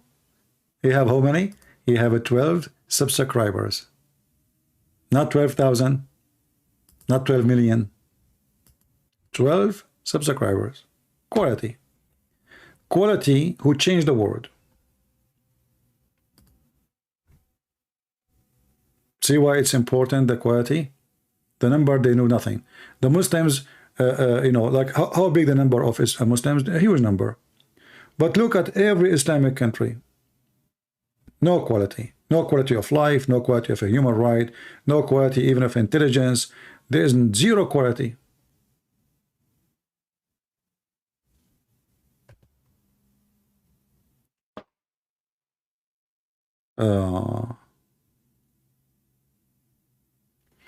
Did you hear about the attack in Syria? Hey, my friend, those countries are doomed since Islam came to this land. Name for me one country, Islam entered and the country is healthy. Just name one. Whatever Islam come, Satan come with it. Violence, Muslim even killing, they kill each other. Every day you will hear Muslims attacking police station in Pakistan. But the police are Muslims. They attack them. This is Islam, my friend. In Egypt, they want to kill the soldiers, or the Egyptian soldiers. They are Muslims. It doesn't matter. For them, they are not Muslims. So this cult is extremely dangerous. This is why Muslims themselves, they don't want it. Did you hear about the Pope pass away? My friend, is that important? He passed away, and you will pass away, and I will pass away, and the guy is very old. Let him go. Do you want him to stay longer? What is the benefit of him? What is that, you know?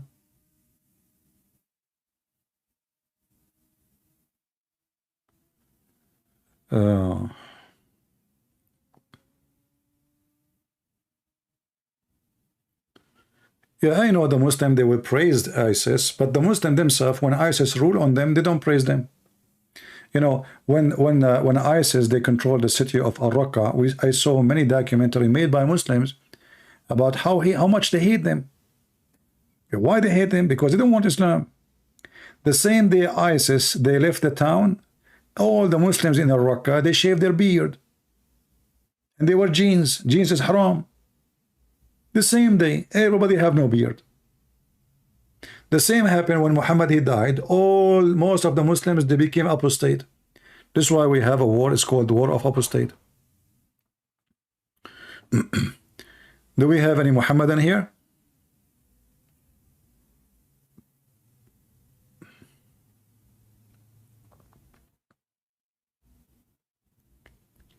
What I hope for this year? Yeah, I don't know. I mean, the most thing I hope for, peace in Ukraine. I pray that the Lord, he will bring peace to all countries in the world, even Muslim countries.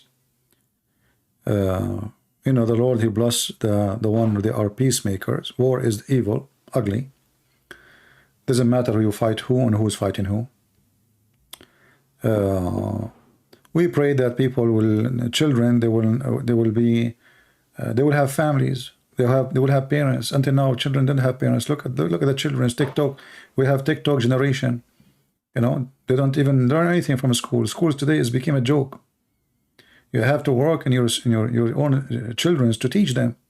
So I pray that the father, the parents, they deserve to be fathers. You see, I support. You know, you see people, they say, we don't support like birth control.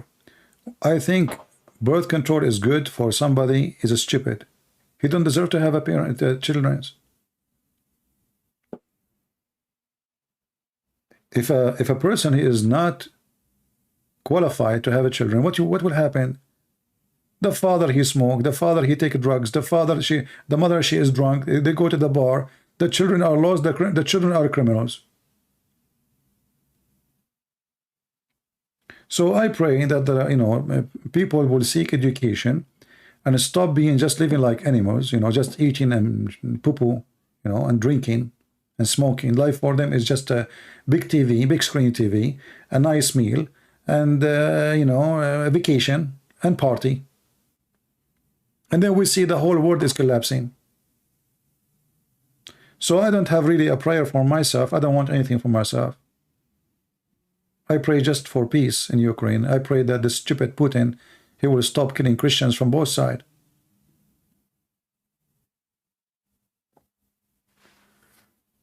You will let the children have sex, Christian value.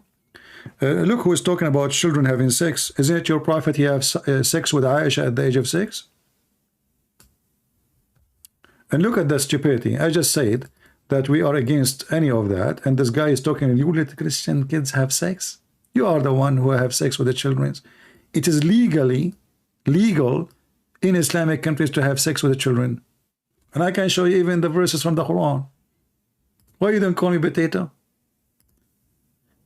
So, are you saying to me that you don't like your prophet, who if he come to my country, he will be arrested for having sex with minor.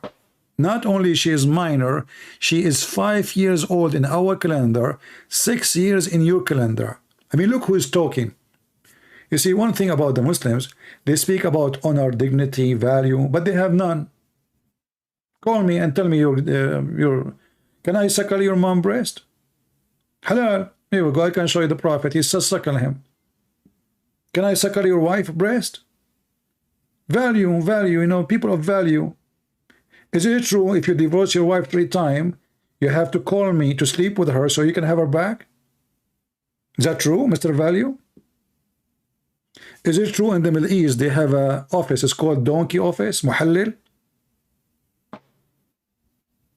So a husband, he divorced his wife, he cannot have her now because he divorced her 3 times. She cannot come back to him unless she go and F a new husband. So there's a guy, he will marry your wife to F her so you can have her back. Value. Religion of value, brother. I mean, this religion is full of value. You are dripping value.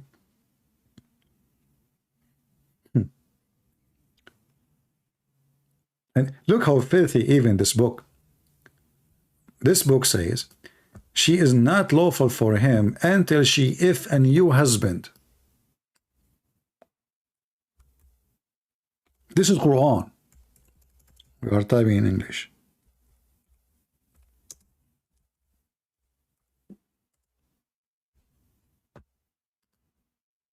Have you ever heard? Oh, look, it came in Indonesian language. Aman Rabbi, Aman. Let me read it for you in Indonesian. It's my destiny. Allah, He made my destiny to speak Indonesian today. Okay, comedian. It's a comedian religion. Exactly.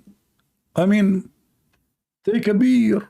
Allah, He chose the right word for the verse. Comedian. Okay, how come it's not twice like usually orange? Comedian, jika si sawami mentalakanaya sasaduda talak yang kedua maka permawon itu please don't say itu. I'm very sensitive with itu. Leave itu alone. You know, I mean, just please don't speak dirty. Itu. And who is this translator? Okay, and not only he say itu, he say itu tidak lagi halal. That's deep. So if you divorce her, she cannot be halal for him, which means lawful for him, until she go and find a new boom boom guy. He take her to the bedroom, he take off her panty, he do the boom boom, and now she is ready to go back to the previous husband. Is that what called vagina recycling, Muslims? I mean, what happened here exactly? Are you recycling the vagina? So the guy, he divorced her, now he cannot use her again. So she have to go and do what? Hold on. Tidak laki halal bigyana hinga dia. Dia? No way. Dia, she did that? You know what, guys? Dia? I know Dia. You don't even get close to this woman. Dia is very, very scary. You know? I mean, Dia, when she go to the nightclub, she do a lot of Dia stuff. Dia here, Dia there, Dia everywhere. So Dia, Kawin, yeah. I mean, like she will become a queen of sex, you know, like queen. Yeah. I hope you like my translation. The Nagan Sawami, is that like tsunami? Okay. Young, man, young. I'm young. You know, I convinced myself. I changed the mirror. I brought a new mirror, which make me look really totally different. You know, it's a magical mirror, like mirror. You know, I speak to her, the mirror, and you know, I'm the only young one in the world. Young line comedian. I mean, again, comedian. Come on. I mean, how many comedians? One comedian is enough. Jika tsunami. I mean, we just said that here, man. Why you are repeating the same thing? It's not your fault. Allah, he keep repeating himself. Suwami mean husband? Okay, not me then. This is not me. Suwami, guys. I'm not Suwami. I'm Suwami. Okay? I am Suwami. Like I'm single, you know? Yeah. I don't know. It sounds like salami or something. I don't know. But anyway, I like this language. You know, I think if I go to Indonesia, I will learn Indonesian. I wanted to learn actually, but I have no time. The only way to go and to learn actually, if I go to Indonesia, right away when I arrive to Indonesia, I will go to nightclub. There we will talk a lot. You know, I go with the girls, and those girls they start teaching me Indonesian. Like, you know, the first word they will teach me beer, you know, and then halal beer. I will tell them I want halal beer. You know, you know, we are conservative Muslims. Yeah.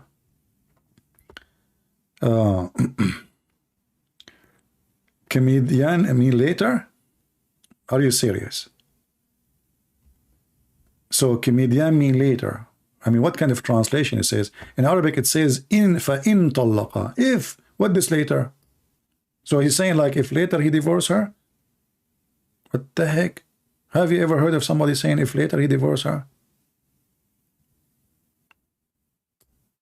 What kind of Arabic? What kind of Indonesian? I mean, translation is very... This translator, I think he was translating in the nightclub. Do we have any Muhammadan want to say anything for us? Beside comedian? Later? Anyone? All right, happy for you.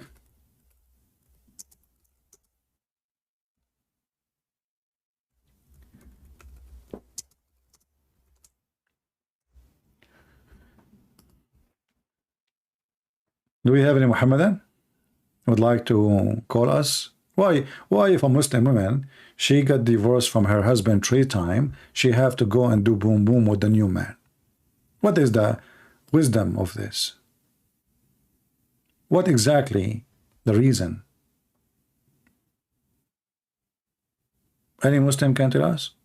Any Muhammadan?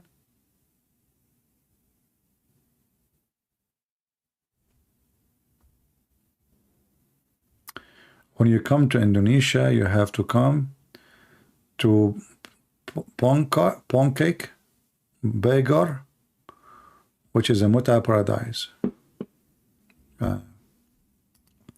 No, you know, I've been in many Asian countries. You know, in Thailand, I went to the street, it's called the walking street, you know, just, I wanted to record actually.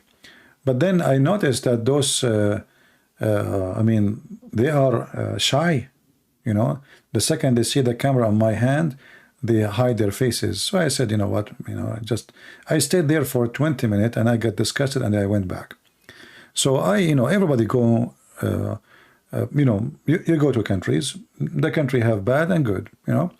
So in Indonesia, I believe there is a lot of wonderful people, decent people, and there's people who they are lousy, they don't care, you know, sleep around, you know. This is the case everywhere in the world. And especially if you know, the best place to know how much people have decency is to give them freedom. If there's no freedom, you will not know. If everybody is forced to act as a believer, you will not know who is a believer or not. Just give a freedom and you will see. Just tell them you do not need to wear a panty, and then you will know who wear panty because he think it's right and who don't want it because he think it's wrong. Freedom, my friend. Yeah. Actually, I like Thailand because it's the cheapest for vacation, you know. So I wrote my book, Sex and Allah. I wrote it when I was in Thailand. I wake up early around like maybe 5:30 in the morning. I make my coffee. I was staying in a house just right in the beach. I love it really. By noontime it get hot, so I go back to my room. So I sit outside in they have like a yard balcony, and I'm writing. I finished my book in a few weeks, the whole book. So having such a place, it's a blessing. You can concentrate, you can enjoy it, and it was quiet. There's nobody, you know. It's not like a beach or a lot of crowd people. I took an area which is really isolated. There's nobody.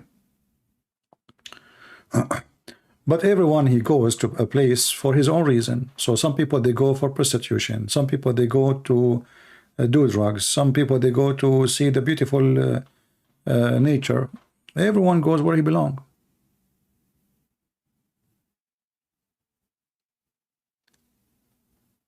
All right? Everyone goes where he belongs. The fly, they go to the garbage, and the bees, they go to the flower. You do not need to separate them. Just put flowers and put garbage. Happy year of the Lord, my friend. Happy year of the Lord. We pray for peace. We pray for peace in Ukraine. You know, it's very painful to see every day more people getting killed. I mean, those people are poor. And, you know, it makes me really angry when you see, because they are poor, people, they take advantage of them, and everybody is putting conditions on them. Like in America, you know, they are abusing the Ukrainian to support them. Many people think, oh, the American they are supporting. They don't support for free. Nothing for free. So this stupid Putin, he put a lot of pressure in poor countries. We have many beasts in this earth. I pray they will not exist soon. But would the Lord answer my prayer? I don't know. Like Putin, Erdogan, the Prince of Qatar, you know, who else? Who else? Very evil ones. There's a lot actually to count, you know. People who they are really causing chaos in the world and supporting terrorism. But from my heart, I pray for all Muslims to have peace, even to have a good life. We as Christians, we should not hate them. But, you know, we hate those who do teach hate. You know, when we speak against Islam, I'm not speaking against a person who's a Muslim. I'm speaking against a false teaching will take you to hell. As simple as that. Erdogan is a good man? Well, you need to ask the Kurdish about that, and the Syrian, and the Iranian, and his people. Every single person will go in the election against Erdogan, he end in jail. You see how good he is? Actually, Erdogan, he made Turkey the most weak country ever now, because he put all the expert army officers in jail. All of them. He is supposed to cleanse the army, since what it's called the Q against him. And right now, he is like a puppy. So in the beginning, he wanted to change the regime of Syria. Now he is kissing their ass. He is desperate to visit Syria. Why? Because he noticed the Russian will not let them down. So the Assad is staying. He did the same with the Saudi. He want to fight the Saudi. He wouldn't want to speak to them. The Egyptian, the Emirati, the Bahrain. And later he come like a puppy kissing their ass. Why? Because Turkey is bankrupt. So my friend, when you talk about a country, go and see what someone he is called the president, what he did. Like as an example, Biden, he came to USA. He made our economy way, way, way bad compared to what is before. But still America is one of the most worthy, if not is the most wealthy country in the world. But Erdogan, he made the country currency equal to toilet papers. Go check it out. The price of the chicken in the morning is different from the price of the chicken at night. The same day.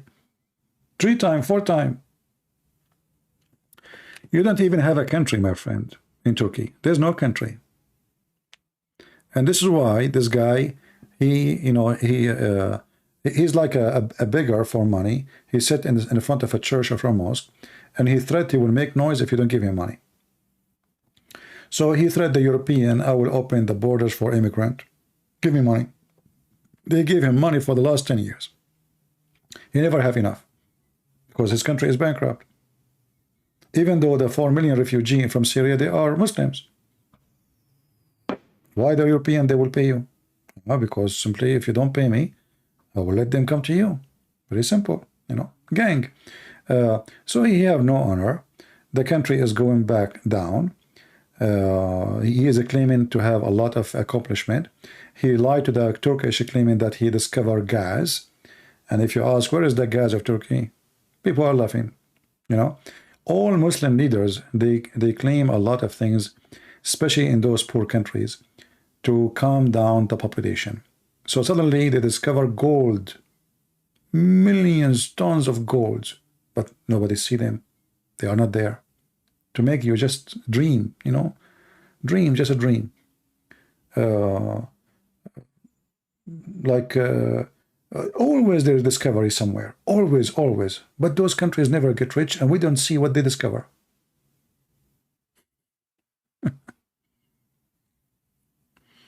You don't see ever what they discover. Yeah, Erdogan, he go crazy because Cyprus, they are finding gas. Yeah, Greece, they are finding gas. I mean, next border, in the border next to them in Syria, they have a lot of gas where the Kurdish are located. You see, this is why Erdogan trying to occupy that area, not because he is trying to fight the Kurdish as he claimed, but he is a thief. When ISIS was occupying that area, ISIS was selling the oil and the gas, the methanol, to Turkey for very cheap price. He's a thief.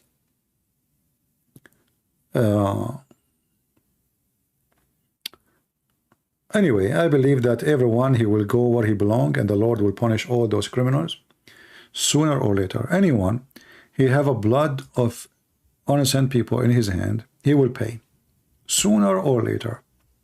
You know, some people think that, okay, when God is going to punish those people, he will. Trust me. Those people themselves, they will never be happy in their life too. And they will die a horrible death.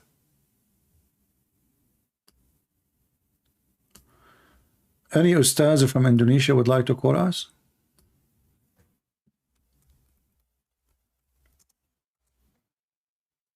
Do we have people now from Indonesia, or they are asleep? I guess they are not awake right now, right? Are they awake? Where is the ustaz? The Muslim, they are asking kids to answer me. Aren't you afraid that Allah will make your head the head of a donkey? Do you think Trump will win in the coming election? I don't want Trump to win in the coming election. I mean, you see, the last year I discovered how stupid this idiot man is. And I lost respect for him. I mean, can you believe it that he paid tax $750? Can you believe it in the last year he have zero tax? Zero? Do you know how much tax I pay? So the poor me, I pay a lot of tax, and the billionaire Trump, he paid nothing? They are just, scumbags. And this guy, he invite people who they are anti-black people, racist, they hate the Jews, they hate Israel. In the same time, he invites stupid people like Key West, whatever, Kardashian. I mean, look who he associates himself with who? He's mentally ill. He's not stable. So I lost my respect to him, especially what he did in the last year. I mean, this guy is really an idiot. After he lost the election, he started doing stupid things. Like, as an example, right away, he told people to go and attack the Congress. And then, after they went, he washed his hand from all what happened. You see, people, they trusted him. He is the one who told them it's in TV. When they went there, he don't know them. He have no idea. When he was a president, he was burdening who? The rich ones, his friends, Very Biden, Trump, all is the same garbage, my friend. We want somebody is smart, somebody is decent. Those are just businessmen. They are just businessmen.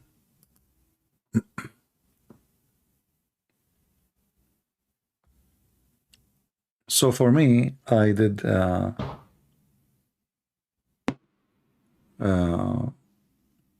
I lost my respect for this man. And I lost my respect for him actually. From the beginning, I noticed something fishy about him since he started having his daughter. I mean, his daughter is a fashion designer. Suddenly she became an expert in politics. I mean, what is education? Her education. He went in TV, he said, Qatar supporting terrorists. They need to stop. And then later, Qatar, they rented a building from his son-in-law for $1 billion. Isn't it this is obvious that this is a bribe? Isn't it this is obvious?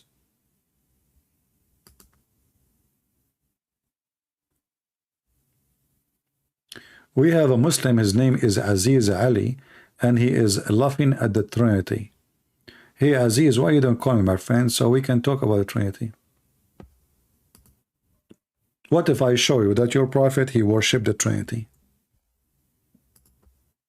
Isn't it Allah is based on number 3, and even he have 3 daughters?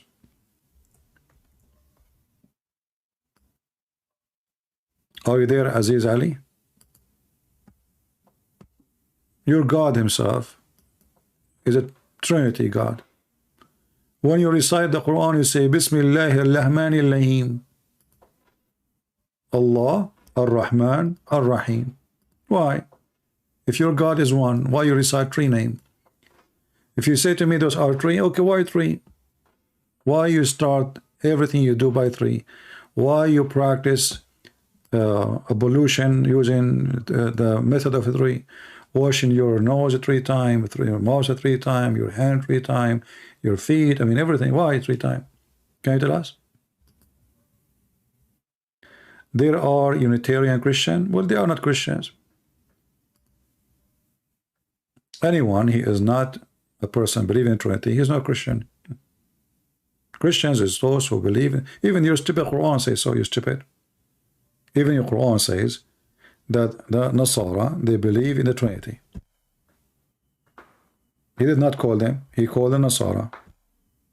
You Muslim, they say Nasara mean the helper of Jesus.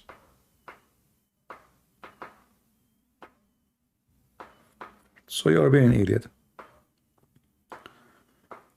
Do we have any Muhammadan there to call us?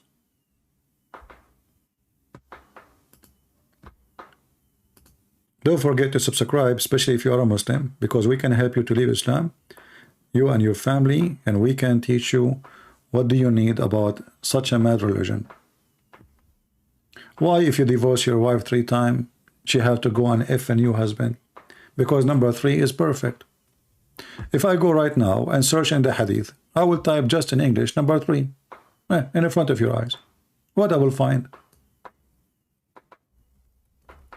Watch. I did not search for anything. I just typed the word 3 times. You're a prophet. He seek burden from Allah 3 times. Why?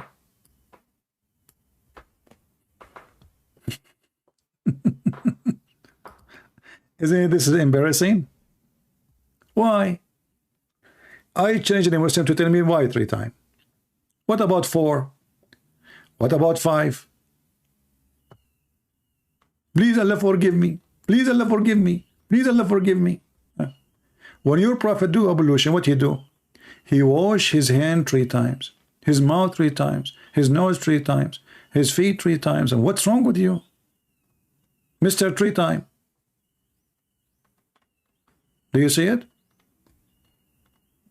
This is your God. 3 times, 3 times, 3 times, 3 times, 3 times, 3 times, 3 times. Even when he say Assalamu alaikum, he say Assalamu alaikum 3 times. So who is the one who followed the Trinity? If you ask you why you 3, you will say 3 is a perfection number.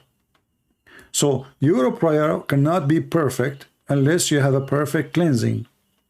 What make it clean? 3 times. It's in front of you. If you do it once, it's not fine. If you do it 5, it's not right.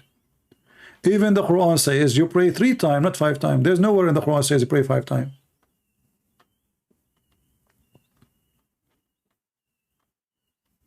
Even when you die, the angels will come to you in the grave and they will ask you 3 questions.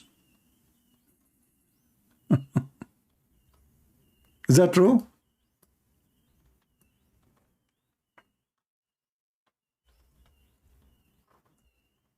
Muslim, is that true? The angel will ask you in the grave.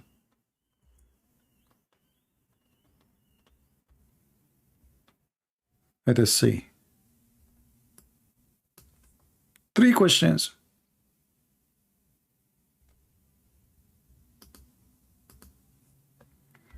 There's a video of the punishment of the grave, which is hilarious. We used to play it. A guy from Pakistan. And the guy is so into the, he really believe in it, the stories of Muhammad. If you watch it, you will die laughing.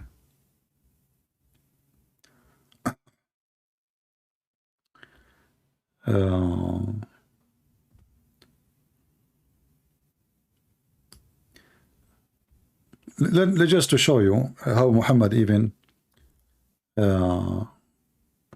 how he even mentioned the punishment. Why people are punished for?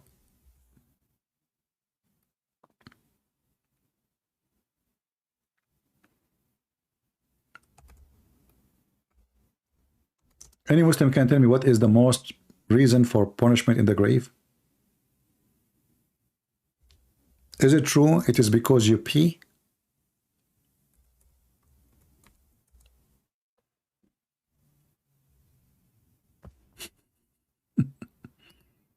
Is that true?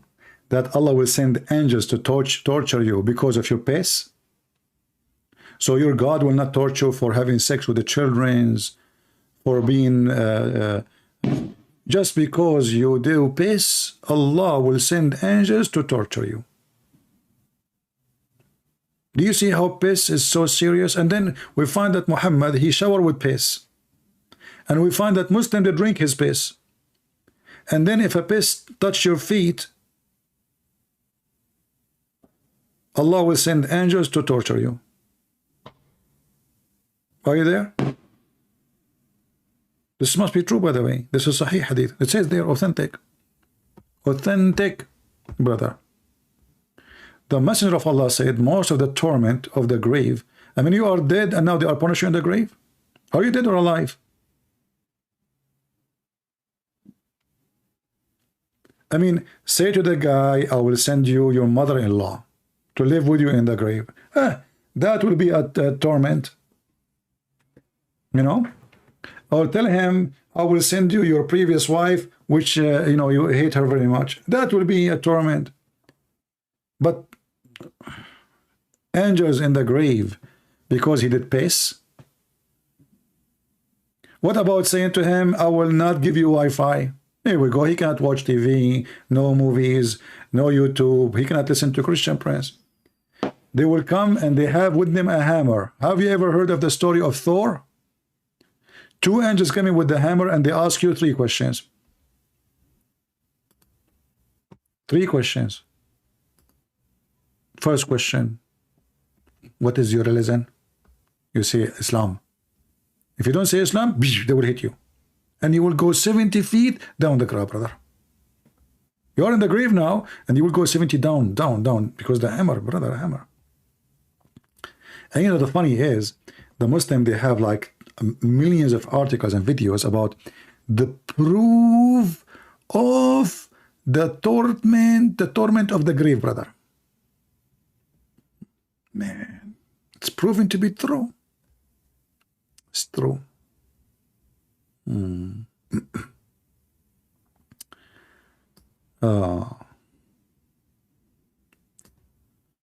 Let me see if I can find you this hadith.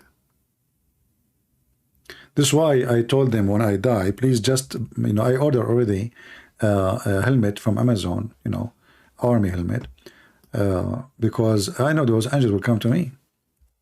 So I'm preparing for that, A helmet made in America is anti even bullet, so hammer won't do nothing. So, brother, look at this. Brother, the angels will hit you with the hammer and you will scream.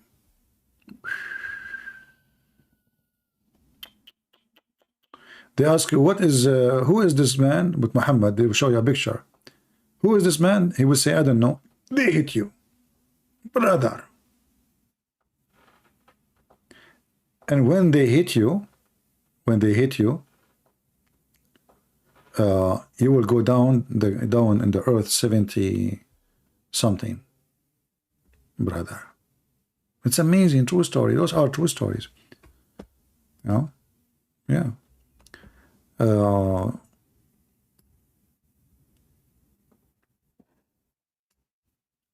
And yeah, and the one who is a Muslim, by the way, he will have a wide grave. Wide grave. The one who is not a Muslim, Allah will make his grave so narrow. If you are a Muslim, your grave, Allah will make it 70 cubic by 70 cubic. But your parents, they dig only for you like 1 meter. Allah will dig it later and he will make it 70?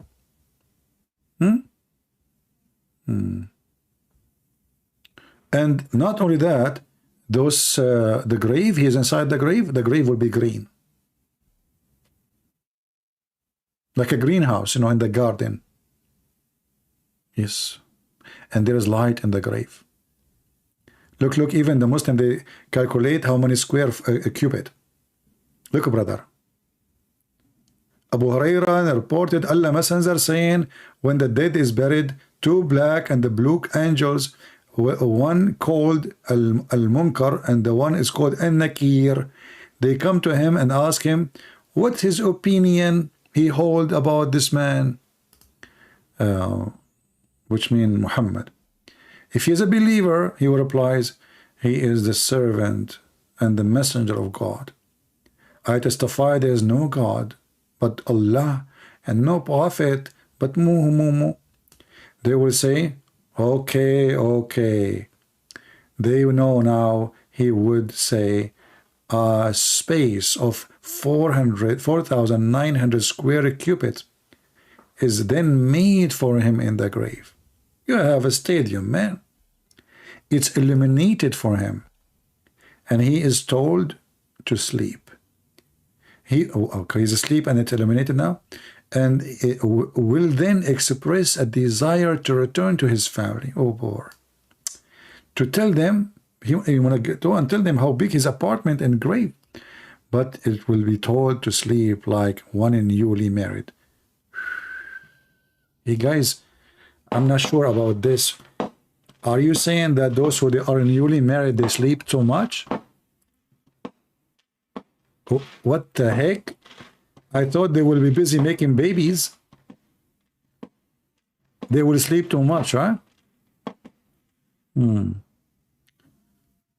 One day a Christian will be sorry, but it will not be over.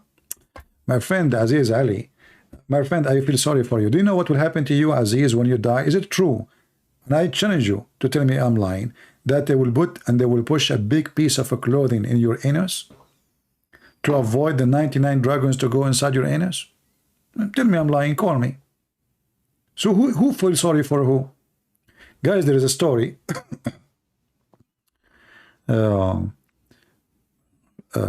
should find it. Funny story. There's a guy, a Muslim guy, he died. And then a Muslim scholar, he was there, and he looked at the guy, you know, a funeral. The guy, you know, the Muslim, they wash him naked. They wash the man, he's naked, and they place him on a table. So the scholar, the sheikh, he said, you know what, this man is not dead. The Muslim, they said to him, what are you talking about? He's dead. He's not moving, he's not breathing. He said, okay, let us do this.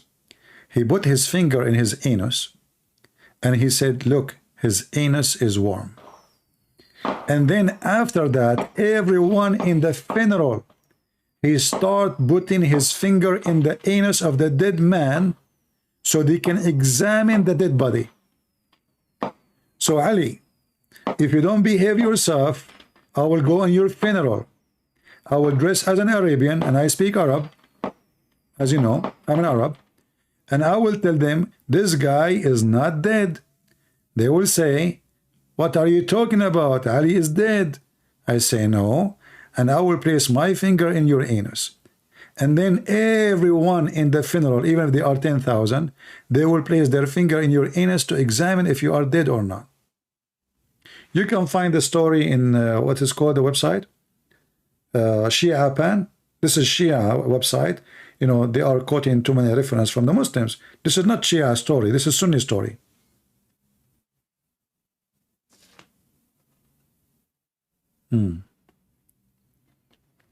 So don't go there. Otherwise, you know, I have 99,000 subscribers. I will go and I will take them all to the funeral, your funeral. And then I will tell them he is not dead, and I will put my finger. And then everyone will place his finger. Yuck. What a religion, man.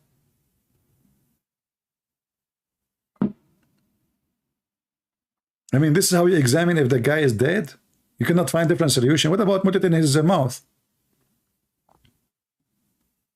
His anus. You are in Arabia, in Caucasus. You know Arabistan Arabi? I do not know Arabistan Arabi. That's deep. That's very deep. I'm warning you, if you insult me, I will put your name in my list of funerals, and I will take my subscribers.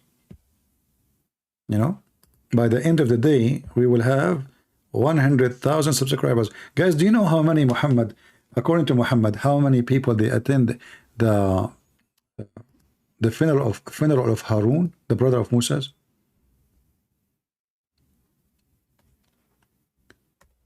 Anyone knows? Let me find the hadith. Hold on. 40,000. 40,000. But this is not a big deal. I mean, the number is not the big deal. 40,000. All of them, their name is Harun.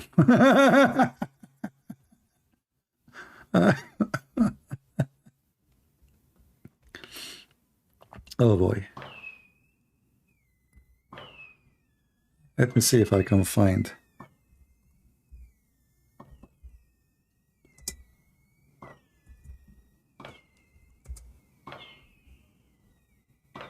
All right.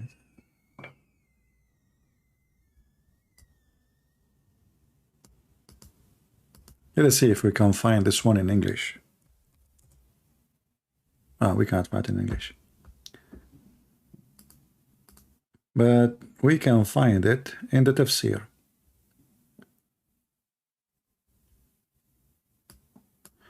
Actually, maybe we can find it in Ibn Kathir in English. Hold on. If we go to chapter 19, verse number 28, let's try. 40,000. Muhammad, he do not know how to lie, man. I mean, Muhammad is the most truthful person ever. I mean, okay, so now there's 40,000 people in the funeral. All of them, their name is Harun. Why? All the nation of Israel, they use the name Harun. There's nobody called Moses, nobody called any name. Jack Shalom, nobody. Only Harun. Come on, Rabbi Aman. True story. Let us see if we can find it here in the translation.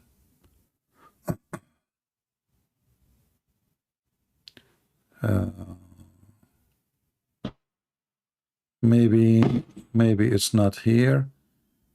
Okay, they took it off. In Arabic, I think it exists in Arabic. But we can go here. This is an Arabic website, and this is the interpretation for the verse. It says here, let me show you. I will use Google Translation. I guess it's going to switch now to Indonesian.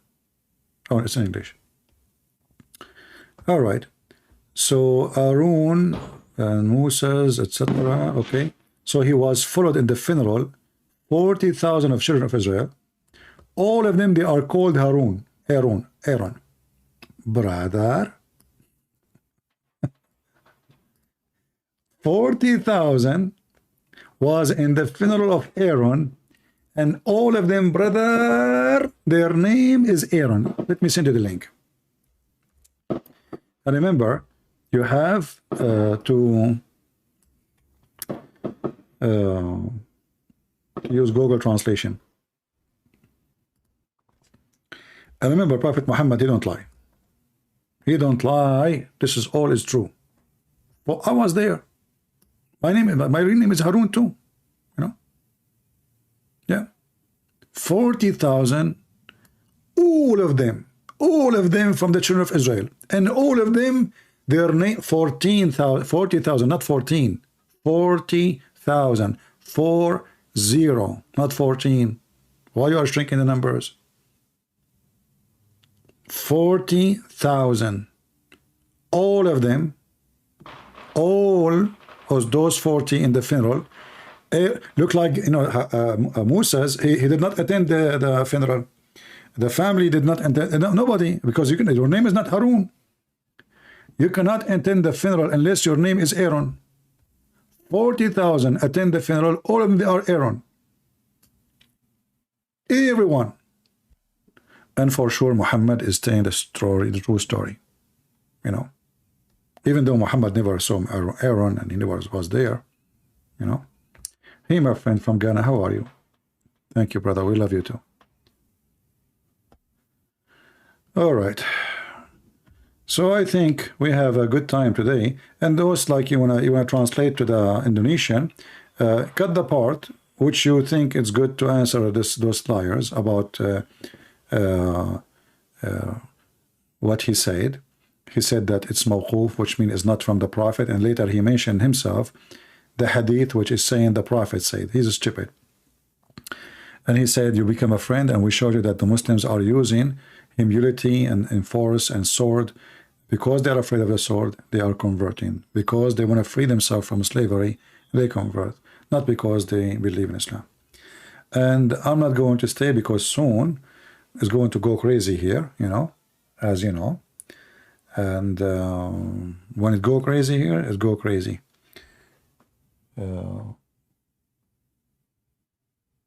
And the bad thing, there is no snow and there is no rain. Because, you know, those stupid people, when they do this firework, they can cause fire. And what we can do. Anyway, I want to say to all of you, Happy New Year of the Lord. We pray that all of you will have, and your good prayer will come to be true. Good prayer, because some people, they pray for evil, right? Like Muhammadan.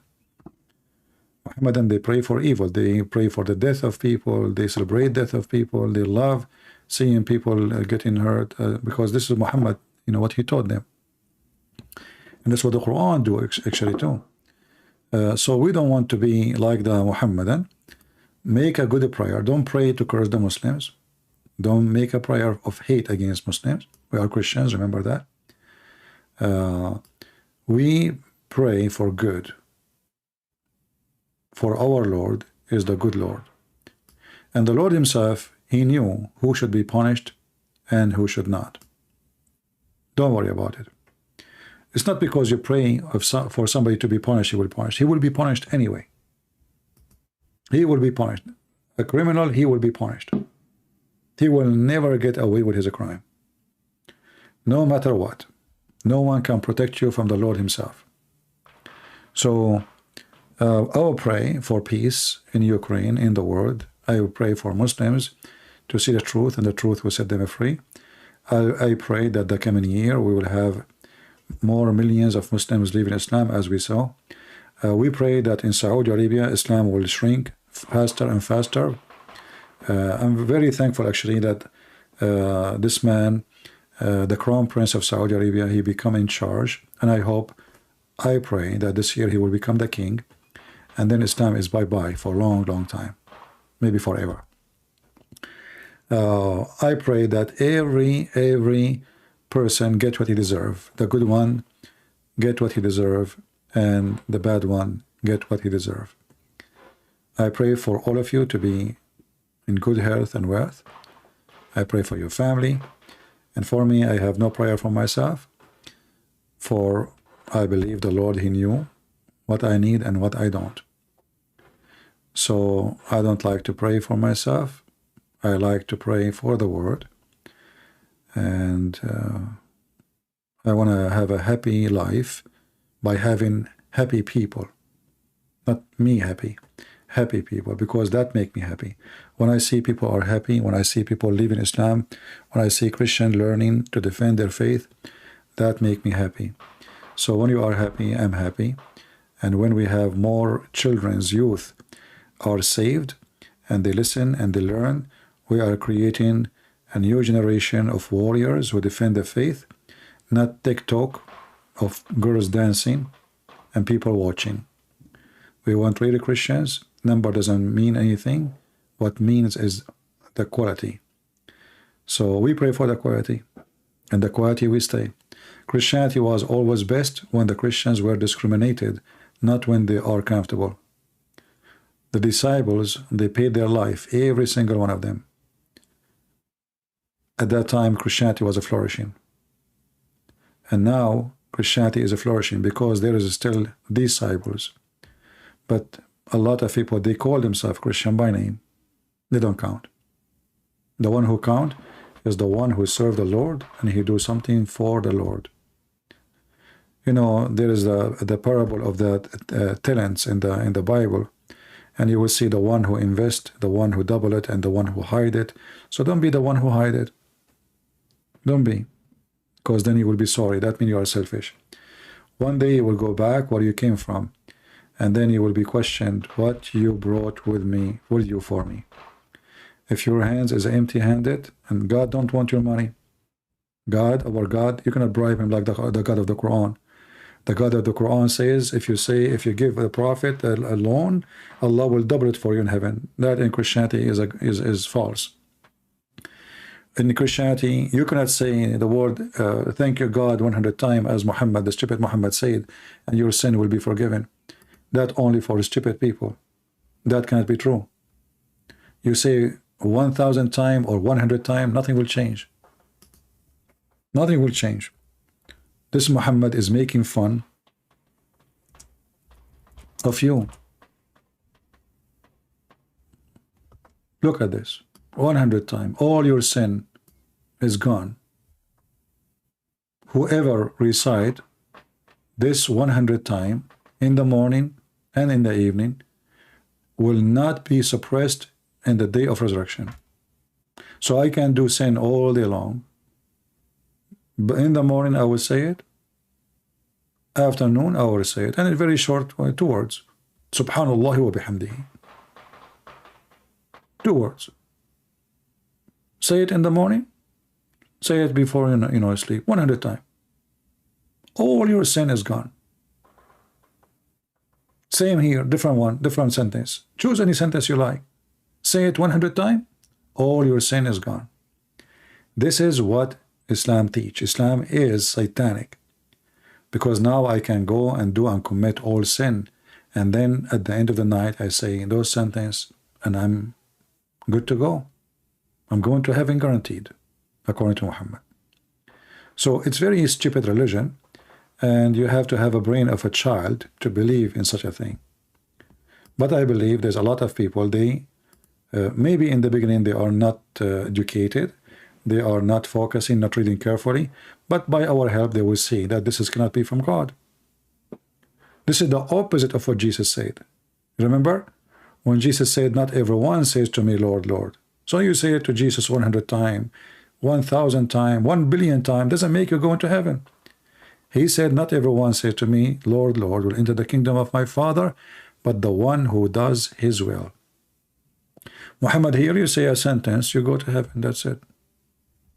That is a fraud. That is Satan. He's trying to fool you so you can do more and more and you go to hell. Because at the end of the day, you say those funny words and now you are going to go to heaven. Very stupid religion.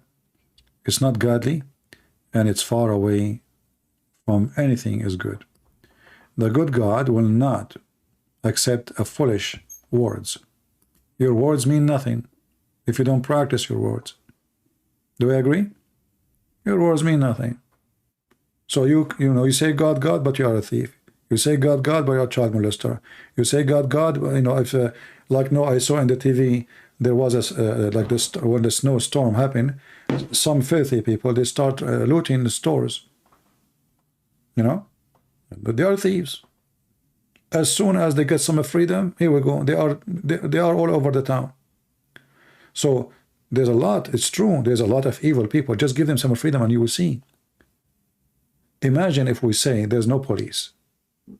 Do you know how many bank robbery will happen around the world? So some people think that people behave because people are good. No, the majority of the people are bad everywhere. The majority, not the minority.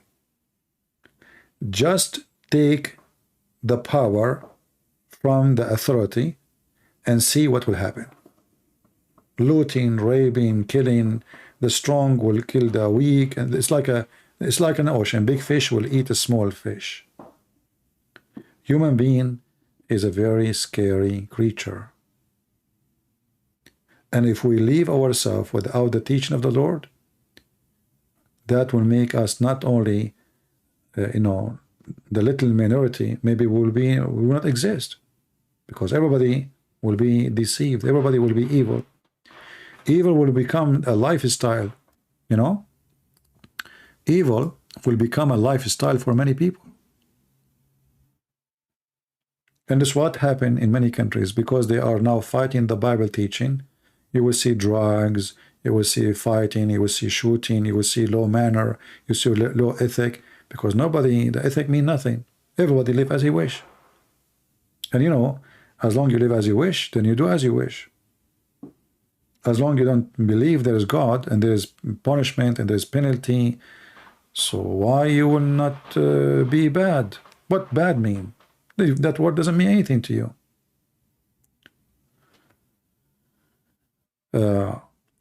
So having believer in Jesus is what makes society a good society.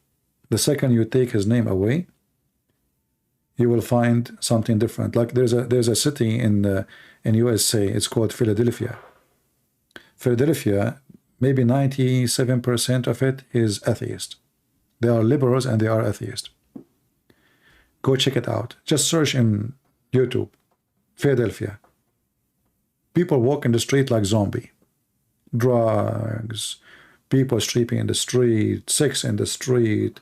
They take drugs in the street. There is no government. There is no police, because the police are liberals. They don't believe in the Bible. The mayor is against the Bible. The whole town, is anti-Christianity. They want to live like this. Go and see what's happening there. The second you kick God out of your town is not a town. It's a graveyard. I can right now search for that city. Let me do that. I will not play the video, but I will just to show you what I'm talking about.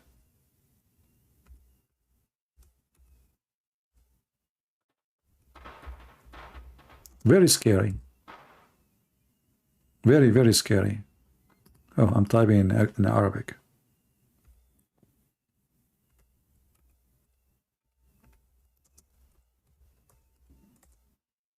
Again, we are typing in Arabic.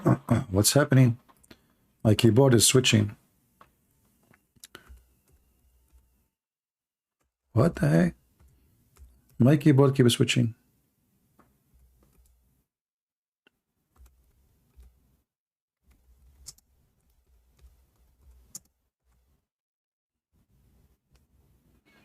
Guys, this is real. This is not, this is real. Look at this.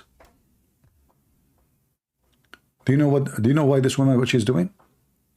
They walk in the street and they bow down like this and they don't move. This is not like a picture. The woman, she will be standing like this for maybe 40 minutes, 50 minutes, maybe an hour.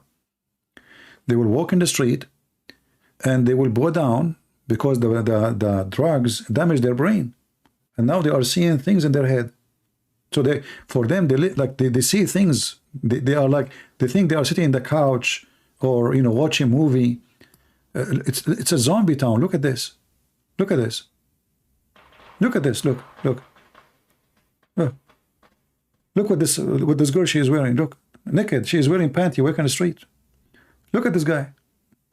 This is a town. This is a city. This is what happened when people they leave God. They don't want God. They hate God. This is what will happen to your children. If you don't teach your children the Bible, you and your children will end like this. Look, this is not a movie. This is real.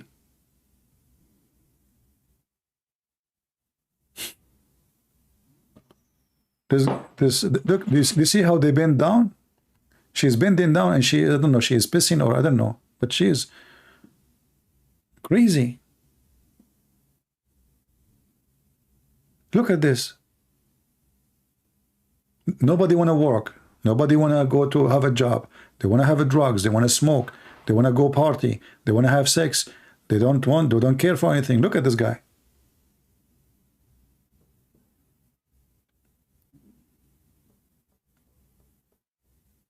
And not only that, do you know like how fast you get old when you take drugs? So maybe I would add one more wish, you know, that we will fight the drugs and people will be aware that drugs is satanic. Totally satanic. Look at this. This is not a city. This is not a town. Look at this young girl. How people they end like this. The devil, my friend, when you welcome the devil to town, the good God will leave you alone. Because you choose him. You choose the devil. The devil is your God now. So why anyone, I mean, when they say to you, don't teach the Bible, we don't want the cross, we don't want churches, take the Bible from the hotels, and this is the result. This is the result. The more they do this, look at those faces, look. Those are young people, those are not old. But when you look at the face, you will think this person is old, like maybe 80 years or 70 years, what 80? I mean, is dying actually.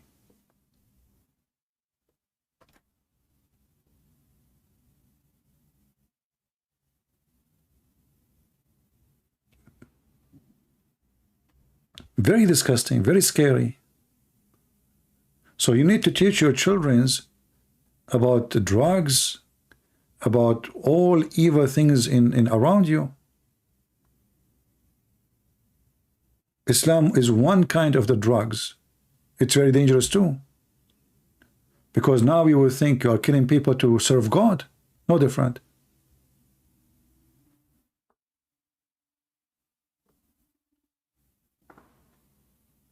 Imagine you live in such a city. Look at this. What is this? And this Biden and Trump, they were busy giving money, help to countries around the world, when this is what happened in our country.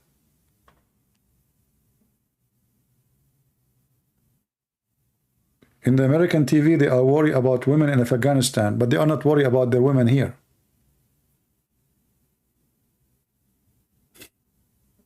This is what happened when you have the new Taliban. The new Taliban is the Democratic Party and Biden. War against Christianity, war against the Bible, war against the good manner, war against marriage, war against being even your gender. They want to change your gender. And this is the result, my friend. So be aware. Be aware of what's happening, because you can be a victim too.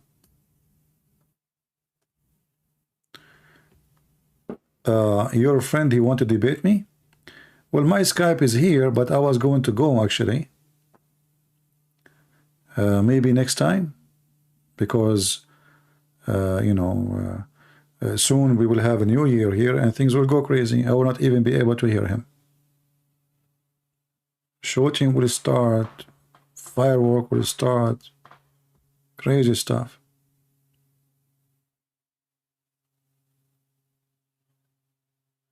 Yeah, you know, when you don't have faith, you don't have a belief, then you are just, you go with the flow, you know, the flow of the earth.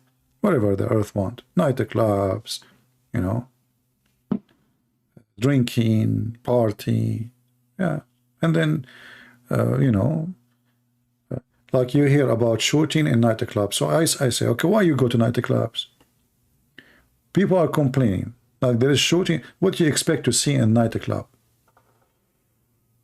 Philosophers? Genius? What exactly you expect? I mean, why you are surprised if there is people fighting in nightclub? This is the place where they sell drugs. This is the place where they recruit for drugs. This is where they have customers.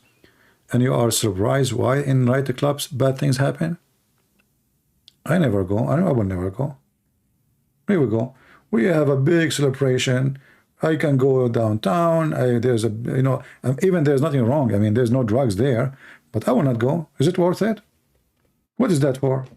Little shiny fire in the sky and you go crazy for it? What is that? And people scream, hey, what for? I mean, what is that? What exactly, what you accomplished, what you did? It's just, human being is desperate for a change. And I find those people who they are searching for parties, they are just unhappy with their life. And then when they go to party, they get more sad. Because as soon as the party is over, they go back sad more now. Because it's over.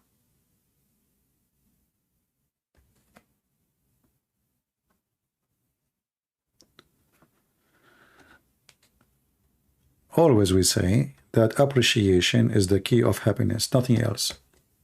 If a person who live in any poor country in the world and he appreciate what he have, he is more happy than someone he have a lot of money like Elon Musk.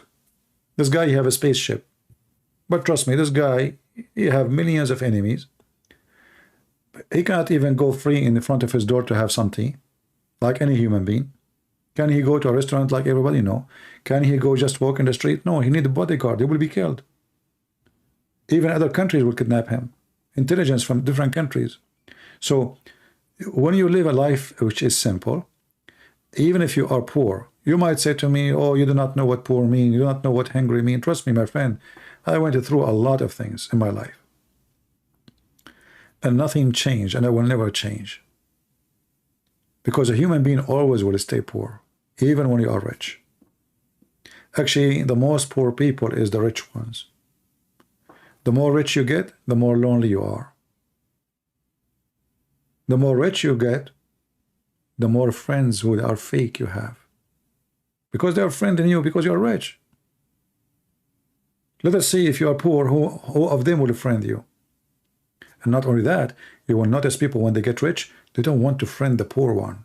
Like, Obama, he speak always about supporting the black community. Then when he become a president, and even after that, he bought a mansion between the white people, the rich white people. Why you don't live with the poor? Trump, he speak about the poor too, but where he live?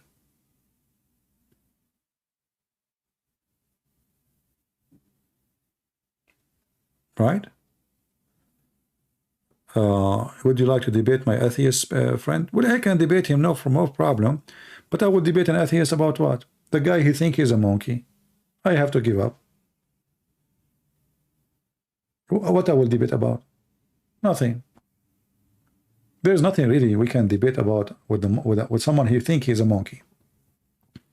He want to convince me that one day he used to be a frog or a mosquito. Okay, I will agree. Why I want to waste my time with somebody who's an atheist? Atheist is somebody, he is, weirdo.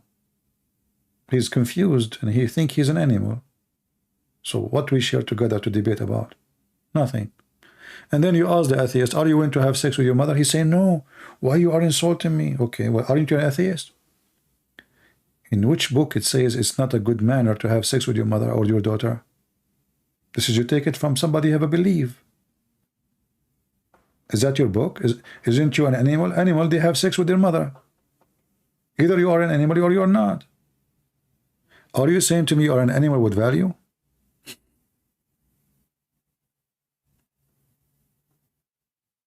You know what I mean? So when you say you are an animal, okay, where your value is coming from? Animal do what animal do. Have you ever heard of a donkey? He have honor. Have you ever heard of a donkey? He will not have sex with his mother. Have you ever heard of a dog? He see his mother naked, so he close his eyes. So atheist, talking to them is a waste of time. In one hand, they speak of intelligence. On the other hand, their reasoning is stupid.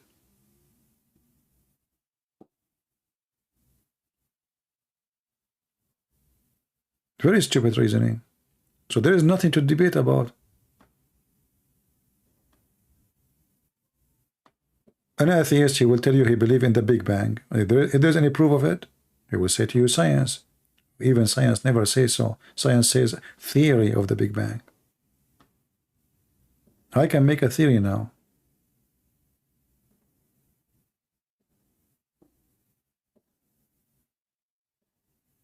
So always when you debate, you have to ask yourself, what is the, we will debate about what? There's nothing. When we debate with Muslims, you see Muslims and atheists, they are the opposite, but they are in the same direction. As an example, the atheist, he want to prove to us that he used to be a monkey, like Darwin. And the Muslim want to prove to us that the Jews, they used to be human and they become monkeys. Allah, he cursed them because they fish in Saturday. So one, he want to prove to us that human used to be monkeys and they become human, and the other one will prove to us that human become monkeys. So now we have two religions. Atheism is a religion.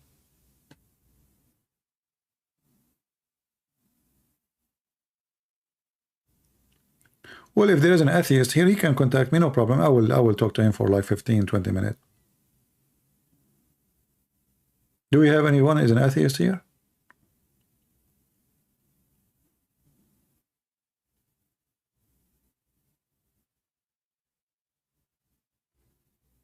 Actually, once I was debating an atheist, I lost my debate right away. After 2 seconds, he asked me a question. I wasn't expecting the question. He said, the Christian Prince, be honest, do you like banana? So I said, yeah. You know, he said, see, here we go. I proved that all of us, originally, we are monkeys. Do you like banana? As long as you eat banana, and you like banana, and monkeys like banana, obviously we have the same roots. Very simple. Once a person, he said to me, do you like chocolate? I said, no. He said, see, he's racist. He don't like brown color. So when you debate with somebody, you have to debate with somebody have the quality of a brain. Quality of a brain.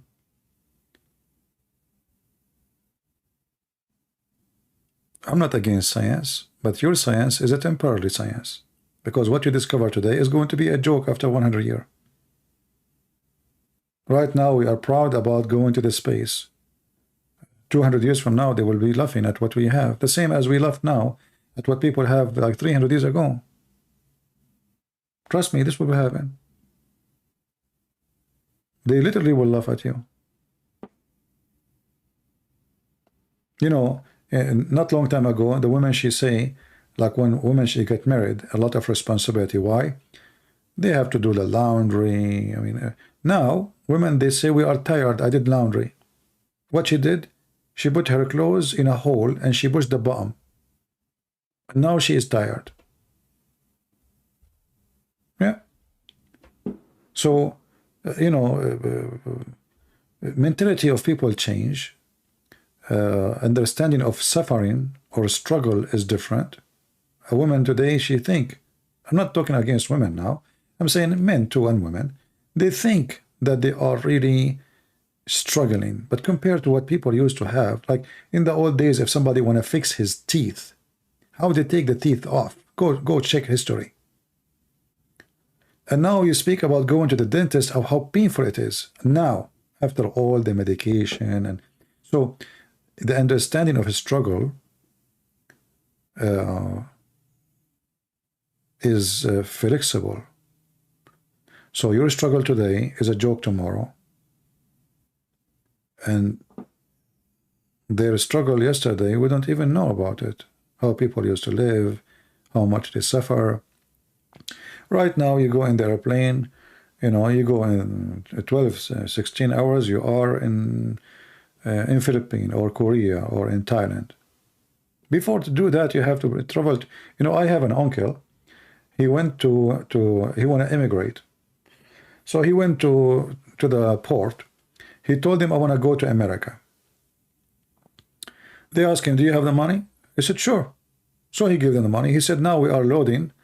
Come afternoon, we will be ready, and we go. He jumped in the ship. I don't know after how many weeks. I'm not sure about how long it take. couple of weeks, maybe a month, I'm not sure. They arrive. He's happy, you know, he arrived to America. When he jumped in the port, nobody speak English. He said, why nobody speak English? They said to him, this is Brazil. He said, I didn't want to go to Brazil. They said, didn't you ask for America? This is America. All of it is America. So, you know, not long time ago, people used to be totally different. Travel is different. Destiny, your destiny, you decide your destiny by making a silly mistake. The guy, he want to go to USA, he ended in Brazil. And he died there.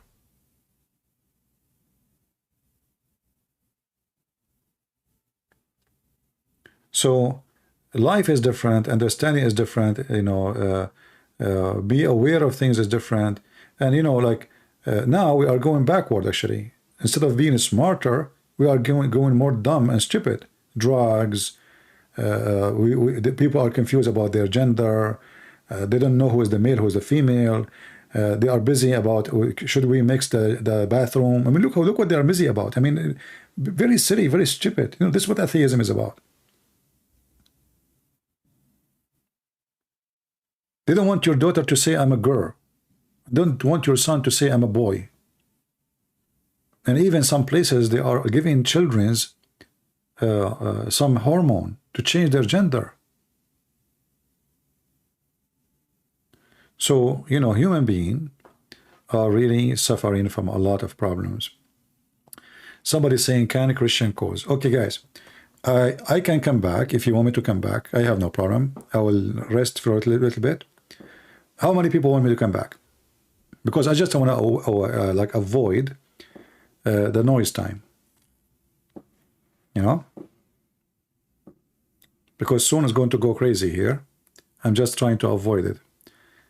I can, you know what, maybe I should come tomorrow. Enough for today, isn't it? Don't you have enough? Aren't you bored listening to me? 15 minutes?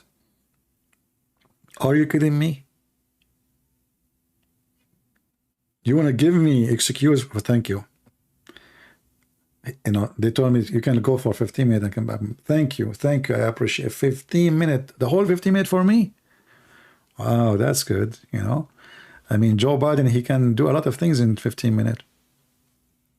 Yeah. Tomorrow? Well, you know what? I don't want to promise. I will go and take some rest. If I feel I can come back, I will. After, for sure, the noises go. And actually, soon, you know what the problem is? When it is middle of the night and this fire crazy work go, the smell outside is disgusting. Honestly, I hate it. So I close all my windows. Actually, I put even towels behind the doors so nothing can go through the windows or the door. Because the smell of the firework is so disgusting. I hate it. You know? Yeah, so we will see. If I could, I will come back. If not, I will be here the second day. And now, if you are from Indonesia, the video now is so long, right? So you cut the part where I get this guy busted, make it short, so you can translate to Indonesian people. And the funny is, I supposedly will go live for 15 minutes just to get him busted and go. 15 minutes. Mission impossible for me. Yeah, that is not a number for me. Never work. So we will see. If I could come back, I will be back. If not, Happy New Year of the Lord for all of you, and we pray for all of you. And Happy New Year, Europe, Australia, India, Philippines, Indonesia, America, everybody in the world. All of us, we are one family, and Christ destroy all kind of racism between us. One of the beautiful things about Christ, when the Bible says, for God he loved the world, he sent his only begotten Son. And this is the message of Christianity. For God he loved the world. Not the white, not the black, not the Asian, not the whole world. All of you who accept the Messiah, you are a child of God. Your color mean nothing. Your language mean nothing. Your citizenship mean nothing. What count is who is your Lord. Either you worship the devil or you worship the Messiah. And if you worship the Messiah, you love every human being. He is from India, he is from Philippines, he is from Indonesia, he is white, he is black, it doesn't matter. Christ unite us, the devil divide us. Remember that. And Islam bring division. Jesus bring love. As simple as that. You do not need a book to know that the one who bring division is ungodly. Quran chapter 5 verse 14 says, I will spread hatred and enmity between them. Allah speaking. That is Allah. Jesus, he said, I will spread love and peace between them. Bless those who make peace. So this is your Lord, my friend. Don't listen to the devil so you can have a better life. Thank you all for being here. If I could come back, I will. If not, see you maybe tomorrow. Christ is Lord. Islam is a fraud, and we prove it every day. Thank you.